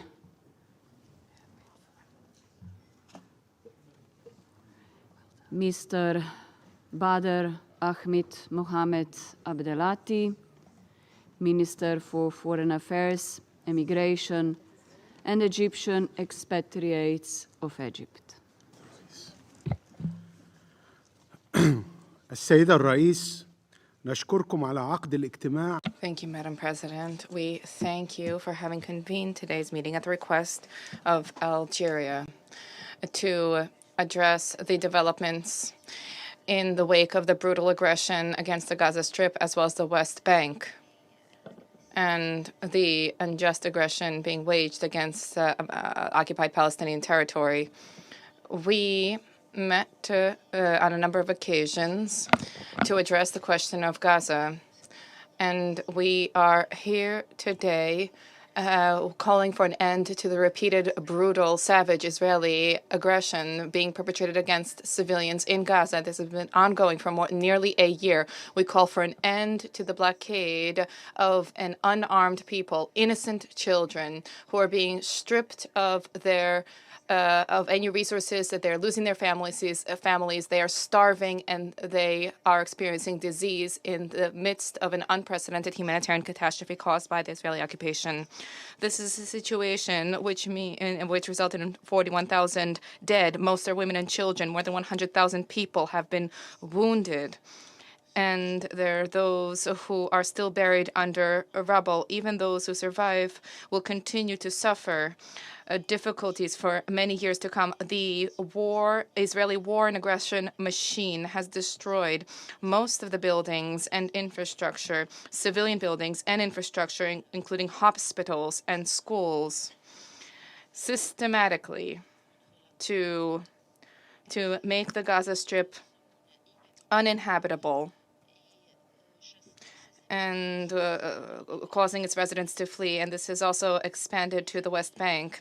Despite international calls to end the bloodletting towards Israel, calls for Israel to cease targeting civilians, despite the Egyptian attempts with Qatar and the United States, despite the attempts of the United Nations Security Council and the advisory opinion of the ICJ, the humanitarian disaster, the Israeli occupation has continued to use hunger as a weapon of war and continues to force people to flee their homes. And it has taken hostage of Palestinians and the Rafah passing a checkpoint and has prevented international organizations from delivering humanitarian assistance and leaving the Palestinian people without sufficient food, without sufficient medicines. And this has been ongoing for months, causing humanitarian catastrophe. Egypt, Madam President, and the group of Arab states reject the targeting of civilians. We reject violence against civilians. And yet we have seen that Israel has obstinately sought to carry out reprisals or to expand the conflict, and resulting in conflagration in the region with more and more civilians being imperiled. We condemn this, and this is unacceptable as a whole and with all the specific features. We call upon the world and the Security Council to bring this to an end. This is logic and evident. The occupying power is the main direct responsible party for the situation which is currently taking place in Gaza, responsible for the destruction. The occupying power is responsible for the growing scale of the devastation and the conflict. The violence has spilled over from Gaza into the West Bank. And then in Lebanon, and hundreds of victims were claimed in Lebanon in one day, including women and children.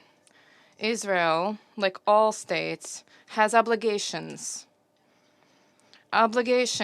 to implement all United Nations Security Council resolutions and judgments from the ICJ adopted since the beginning of the conflict, an obligation to uphold the principles of IHL humanitarian law as well as the rules of war.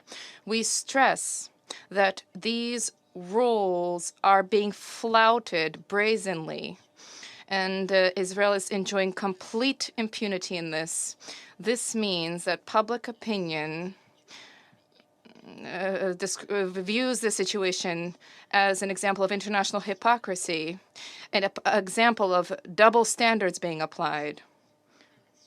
We reject the mendacious pretext for the ongoing war and aggression, and we reject the pretexts that have been laid out by the occupying power related to the measures adopted to alleviate humanitarian consequences insofar as these measures are not credible. The best proof of this is the widening starvation and a famine in Gaza, according to the UN report. The end to humanitarian assistance through the Rafah checkpoint is a direct consequence of Israeli military repeated attacks on the Gaza Strip, including the Palestinian side of that crossing point. We reject this, and we cautioned against this. This is collective punishment targeting the Palestinian people. And this is a situation which has rendered delivery of humanitarian assistance impossible, even suicidal. There are direct threats posed to humanitarian personnel. We extend our condolences to the families of the humanitarian workers who have been killed, including United Nations personnel, specifically those of UNRWA. The ongoing humanitarian operations will be possible if Israel shoulders its responsibility and immediately withdraws from the Palestinian side of the Rafah crossing point, and if Israel submits to the control of the Palestinian Authority, and if it immediately opens up all other crossing points in Gaza on the Israeli side. Those who are familiar with Gaza know what the situation is. Israel understands the fallout of its operations, the consequences of settlement activity, the destruction of lands, land grabs, the forcible entry into cities in the West Bank on a day-to-day basis. These are policies which are geared towards extinguishing the dimming hope of a two-state solution being achieved. Egypt, Madam President, will continue to work towards a solution and to ensure the delivery of humanitarian assistance to the Gaza Strip in order to ensure that there be access for the delivery of this assistance. And this is on the basis of our duty before the fraternal Palestinian people so that they can resist on their territory, Gaza, the West Bank, and Jerusalem, despite all attempts to expel these people. This is a red line for us, which we will not allow to be traversed. The international community has an obligation to adopt a clear stance in this regard without double standards and without delay. The Security Council can make a difference on the ground if there's political will and if this is sincere. And lastly, I wish to turn to the role towards which we aspire, a role to be played by the Security Council through the leveraging of mechanisms which are at its disposal at this critical turning point in the Middle East. First and foremost, to compel Israel to accept a ceasefire, an immediate ceasefire. This is the best way to end the bloodletting, to end the aggression in Lebanon, and to immediately and fully withdraw from the Gaza Strip and the Philadelphia corridor, and on the Palestinian side, the Rafah crossing point, to facilitate humanitarian access, and the withdrawal on the Palestinian side from all the withdrawal by Israel from all checkpoints on the Palestinian side, and the opening of these crossing points as a prelude to the opening of all Palestinian territory. Next, the implementation of all advisory opinions of the ICG. Third, to facilitate access and the control of the Palestinian Authority and to ensure that they deliver upon all of its duties towards the Palestinian people, specifically in Gaza, as well as the delivery of vital services and a management of law and order is included here. Next, for the Security Council to welcome Palestine's full-fledged membership at the United Nations on the basis of the 1967 borders, including East Jerusalem. This is an important issue, an urgent issue, if we to uphold the two-state solution and to uphold the question of international justice being delivered. To ensure that the credibility of the United Nations and Security Council are maintained. This is what is at stake. Next, be it in Gaza or the West Bank and East Jerusalem, on the basis of a clearly defined timeline, there's a need for Israel to withdraw with a specific and clear measures being adopted in the event of delays according to the Charter of the United Nations. Madam President, we awaited for Israel to end final status negotiations for decades without any result. And you would agree now that it is past time for the Israeli government to embrace the two-state solution, to comply with the resolutions of the international community, in addition to official statements, to uphold the establishment of a Palestinian state. We do not have a peace partner right now, and it is time to recognize the Palestinian state, an independent Palestinian state, to end the occupation, which has gone on for decades. And the International Court of Justice has defined this as being unjust. Egypt will continue steadfastly to support peace efforts, which we helped to establish over the course of decades. Our hope is that the international community will, without delay, shoulder its responsibilities, and the Security Council will shoulder its responsibilities to establish a peace as is deserved by the people in the region. Thank you. I thank His Excellency Mr. Abdelati for his statement.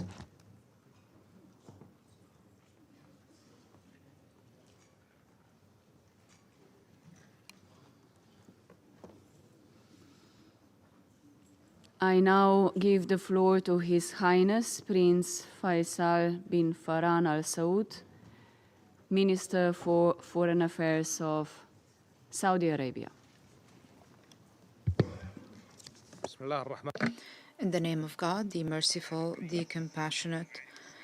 Mr. President, ladies and gentlemen, at the outset, I would like to thank the Republic of Slovenia for responding to the call of the People's Democratic Republic of Algeria for holding this session and for supporting the efforts of maintaining international peace and security that culminated clearly in your historic recognition of the State of Palestine. The Palestinian question remains the most important crisis that requires the attention of your august council as grave Israeli violations continue and as the humanitarian situation is deteriorating. We clearly see the dangerous implications of prolonging this crisis and widening the conflict through the latest military escalation in Lebanon. Since last October, there were 6 draft resolutions where the veto was used out of 10, and the resolutions that were adopted so far failed to achieve a ceasefire, failed to address the catastrophic humanitarian situation, and failed to pave the way for a credible political path towards peace. We wonder, what does the Council need to end the suffering, to implement international law? It is clear that there is a widening gap between international consensus and divides within the Council, which undermine its performance and outcomes. The General Assembly, in successive resolutions, reflected what our countries were calling for: the urgent need for a ceasefire, providing humanitarian assistance to the Strip without interruption, and the right of Palestinians to self-determination. We value the resolution of the GA that recognized the eligibility of Palestine for full membership at the UN, by virtue of which Palestine received additional privileges, as well as the latest resolution that called on Israel to end its occupation of the Palestinian territory. Achieving peace requires efforts from your Council. It requires courage, commitment to implementation. The legal and moral responsibility to end this crisis falls on the shoulder of your august Council. However, political divides undermined the talks of the Council and prevented the Council from shouldering its responsibility. What can we do when Israel even refuses to recognize the two-state solution, continues with unilateral measures that undermine the prospects for peace? Therefore, I say it is high time for a serious partnership for peace. I call on the members of the international community, especially the countries in the Council that did not recognize the state of Palestine, to do so, to support the two-state solution and to maintain the prospects for coexistence and a sustainable peace. The Kingdom believes that ending the occupation and implementing the two-state solution is the basis for ending the cycle of violence, to alleviate suffering, achieve security and stability in the region. Therefore, along with our partners in the Joint Islamic Arab Ministerial Committee, as well as the Kingdom of Norway and the EU, we launched the International Alliance for Implementing the Two-State Solution because we feel responsible to act, to change the reality of the conflict without delay. In conclusion, we reaffirm our commitment to establishing the Palestinian state, an independent Palestinian state, along the borders of 1967 with East Jerusalem as its capital, in order for the Palestinians to achieve their inherent right to self-determination. I thank you. Highness Prince Al Saud for his statement. I now give the floor to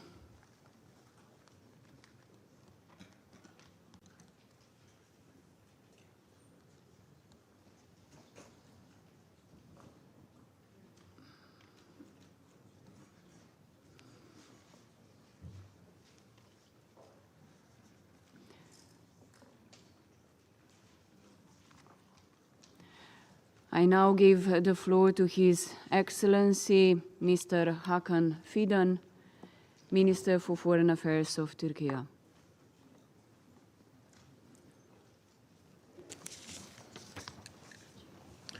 Dear colleagues, I would like to thank at the outset Algeria for initiating this session. I also would like to thank to my friend Ms. Tanja Fajon, Minister of Foreign Affairs of Slovenia, the chairperson in Office of Security Council, for opening this debate to the participation of countries outside the Council. Today, we are confronted with a blade-sharp turning point. Our trajectory will define the world we want to live in and the way nations interact. As I articulated yesterday at a different setting, our so valued rules-based order is in shambles. This erosion is getting irreversible with each passing day. Wisdom could have prevailed to stop this barbaric war in Gaza before it expands to the West Bank, Lebanon, and beyond. It is so puzzling that certain international actors, which have the leverages to alter this horrific course, decided deliberately to stay paralyzed, and they show no reflexes whatsoever to take conclusive action. What we need to do is so clear. There is a UN Security Council resolution setting out fundamentals of a deal. An immediate and permanent ceasefire must be secured. Hostages, detainees, exchange should take place. Israel must withdraw from Gaza. Humanitarian aid needs to give unhindered towards Palestinians that are in dire need to survive. We are all aware that Netanyahu has consistently evaded such a deal from unfolding. So much encouraged by the impunity granted, he will continue with his genocidal acts until the international community, especially the Security Council, puts real pressure on Israel to stop. I underline the Security Council's primary responsibility for the maintenance of international peace and security. The Council, regrettably, so far failed to make sure Israel implements its resolutions. No arms embargo, no coercive measures. With Israeli aggression unbounded, Lebanon on target, we are now in uncharted waters. All measures of international law and international humanitarian law have been sidelined, blindfolded. Intense bombing continues unabated, without distinction of civilians and military targets. The Security Council should rise to its essential task. I urge all of you to stop this war and Israeli aggression. Only and only peace will ensure security of Israel, and peace will come only by two-state solution. Political or individual interests of Netanyahu and his fundamentalist partners should not endanger regional stability and international order. Let us pave the way for the two-state solution with an independent, sovereign, and contiguous Palestinian state based on the 1967 lines with each Jerusalem as its capital. Let us work all together for a just and lasting peace. This is our call to the Security Council. Thank you very much. I thank His Excellency, Mr. Fidan, for his statement.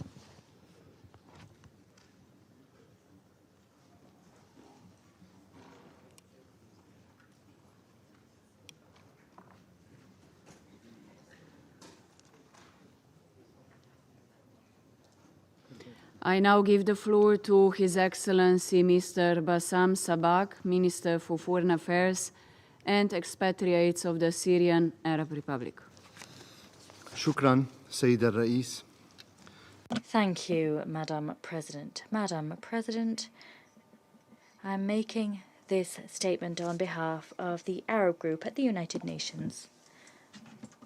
I thank you for convening this meeting, and I thank Algeria, Arab member of the Council, for its initiative to convene this meeting. Madam President, for a year now, we have been calling for, indeed have done so on several occasions within the Security Council.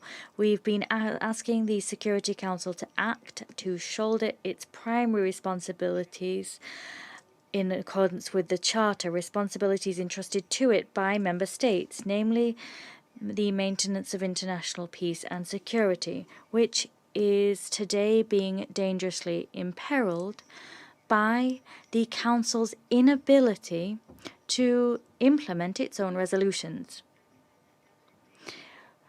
That implementation is key in order to stop the genocide committed by Israel against the Palestinian people, in addition to their aggression against brotherly Lebanon and repeated aggressions against Syrian territory. It is unconscionable to note that all relevant resolutions of the Security Council adopted in recent months, that weren't easily adopted, incidentally, as a result of support provided by certain members of the Security Council to Israel, it's unacceptable that these resolutions haven't been implemented. It would appear that for some people, their adoption was nothing more than a sort of sponge to mop up tensions and give more time to the occupying Israeli authorities to commit their barbaric crimes. Almost 1 full year has elapsed since the barbaric Israeli aggression against Gaza. This aggression is unparalleled and like nothing since the Second World War. The Council's position is not in line with the position expressed by the overwhelming majority of UN member states. The occupying authorities responded to what the Security Council said by continuing their genocide and their war crimes, as well as their crimes against humanity. The worst massacres and destruction have continued. The occupying authorities have also expanded their crimes, and they now include the West Bank.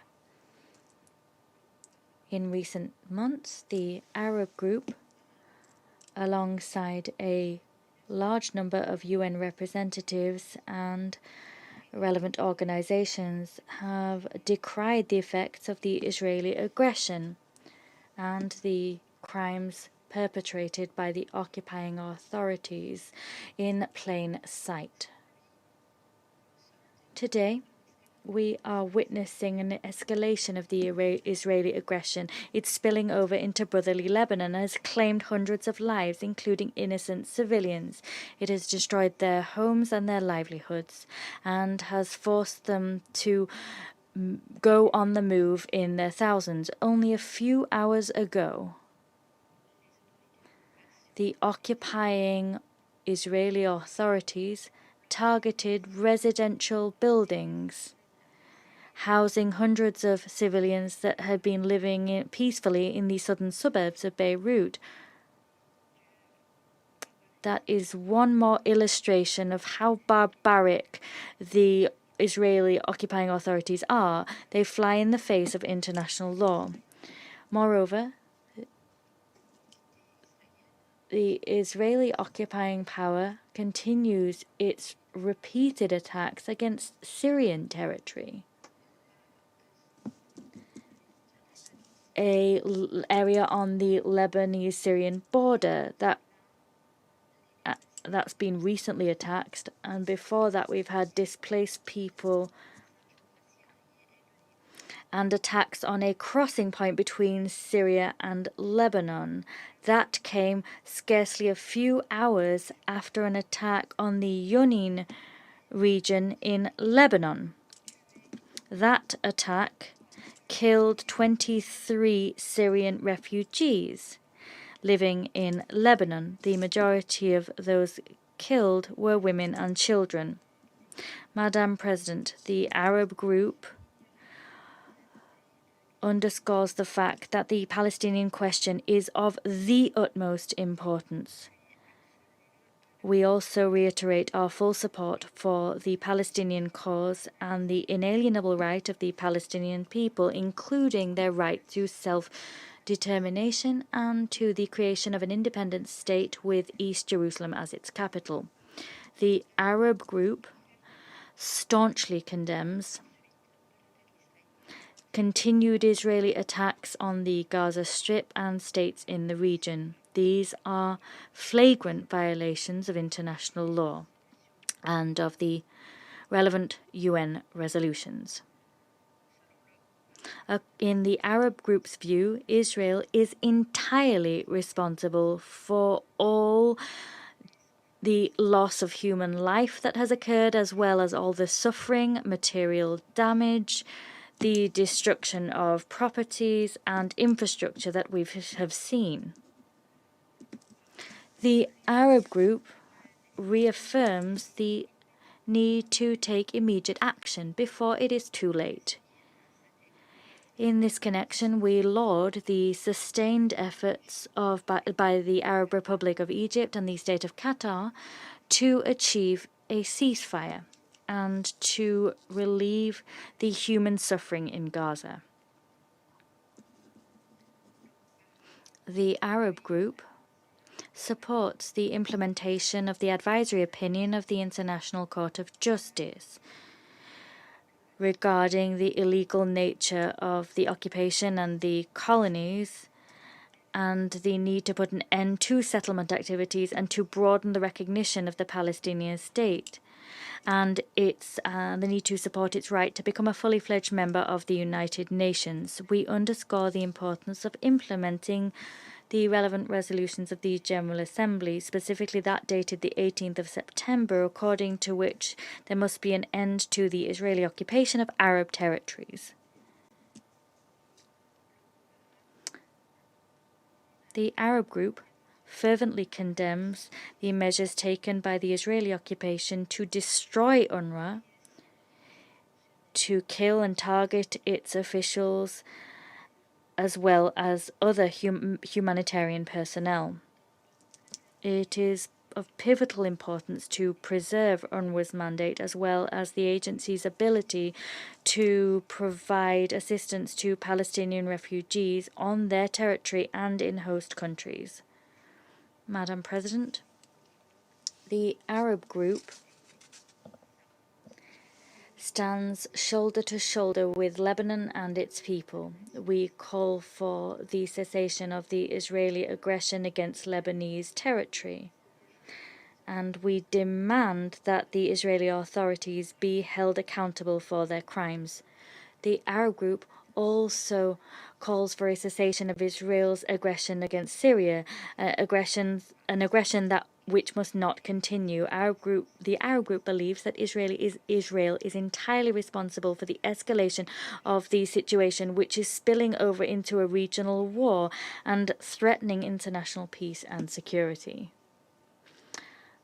Lastly, the Arab group reiterates the fact that the Israeli occupation remains the primary source of instability in the region. We call upon the United Nations to act expeditiously to implement its own relevant resolutions, to put an end to the occupation, and to guarantee Israel's withdrawal from all occupied Arab territories in Palestine, in Syria, and in Lebanon. I thank you, Madam President. I thank His Excellency Mr. Sabak for his statement.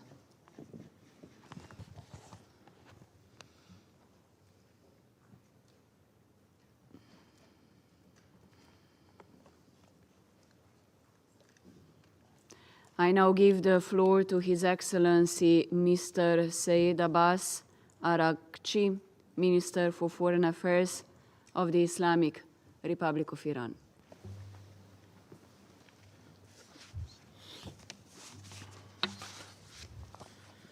Bismillah ar-Rahman ar-Rahim. Mr. President, distinguished members of the Security Council, more than enough has been said about the horrors of ongoing genocide in Gaza, but not a single action is taken by the Security Council to stop it. Instead, the Israeli criminal mafia is rewarded, their crimes are justified, and their atrocities are normalized before our eyes. That's why Netanyahu and his companions have become so viciously emboldened to dream of repeating their carnage in Lebanon and of pushing the entire region into a full-scale war. It is very clear that they are counting on US support in their sinister campaign of terror and destruction.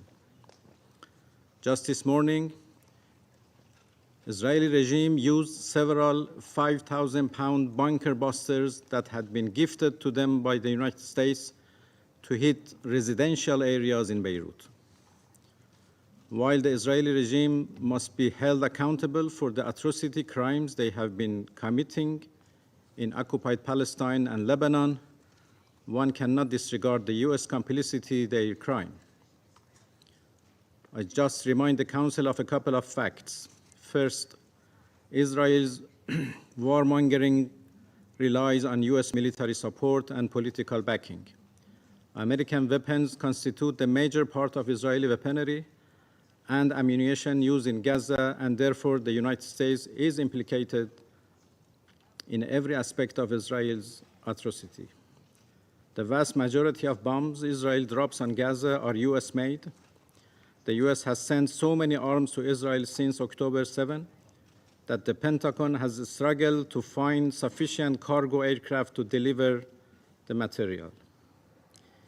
If there is minimal honesty in US expression of concern over the loss of innocent Palestinian life in Gaza and Lebanon, it can simply deny Israel the tools it needs to commit crime. Mr. President, it is now more than a year of genocidal campaign in Gaza. More than 200,000 people have been slaughtered, wounded, or buried under the rubble. The whole Gaza Strip is leveled to the ground. Children and women have been deliberately mass murdered as part of Israel's deliberate whim to annihilate Palestine. The world has been watching with indignation and disgust, while the West has only been appeasing the culprit. Mr. President, the Council's credibility is shrinking every minute. as it is prevented by Israel's major supporters from fulfilling its responsibility under the Charter. The Council must act now and stop Israel's cruel plan to exterminate an entire nation who have for 8 long decades been under brutal occupation and suppression. The Council's inaction is an invitation to more atrocity. The Council's members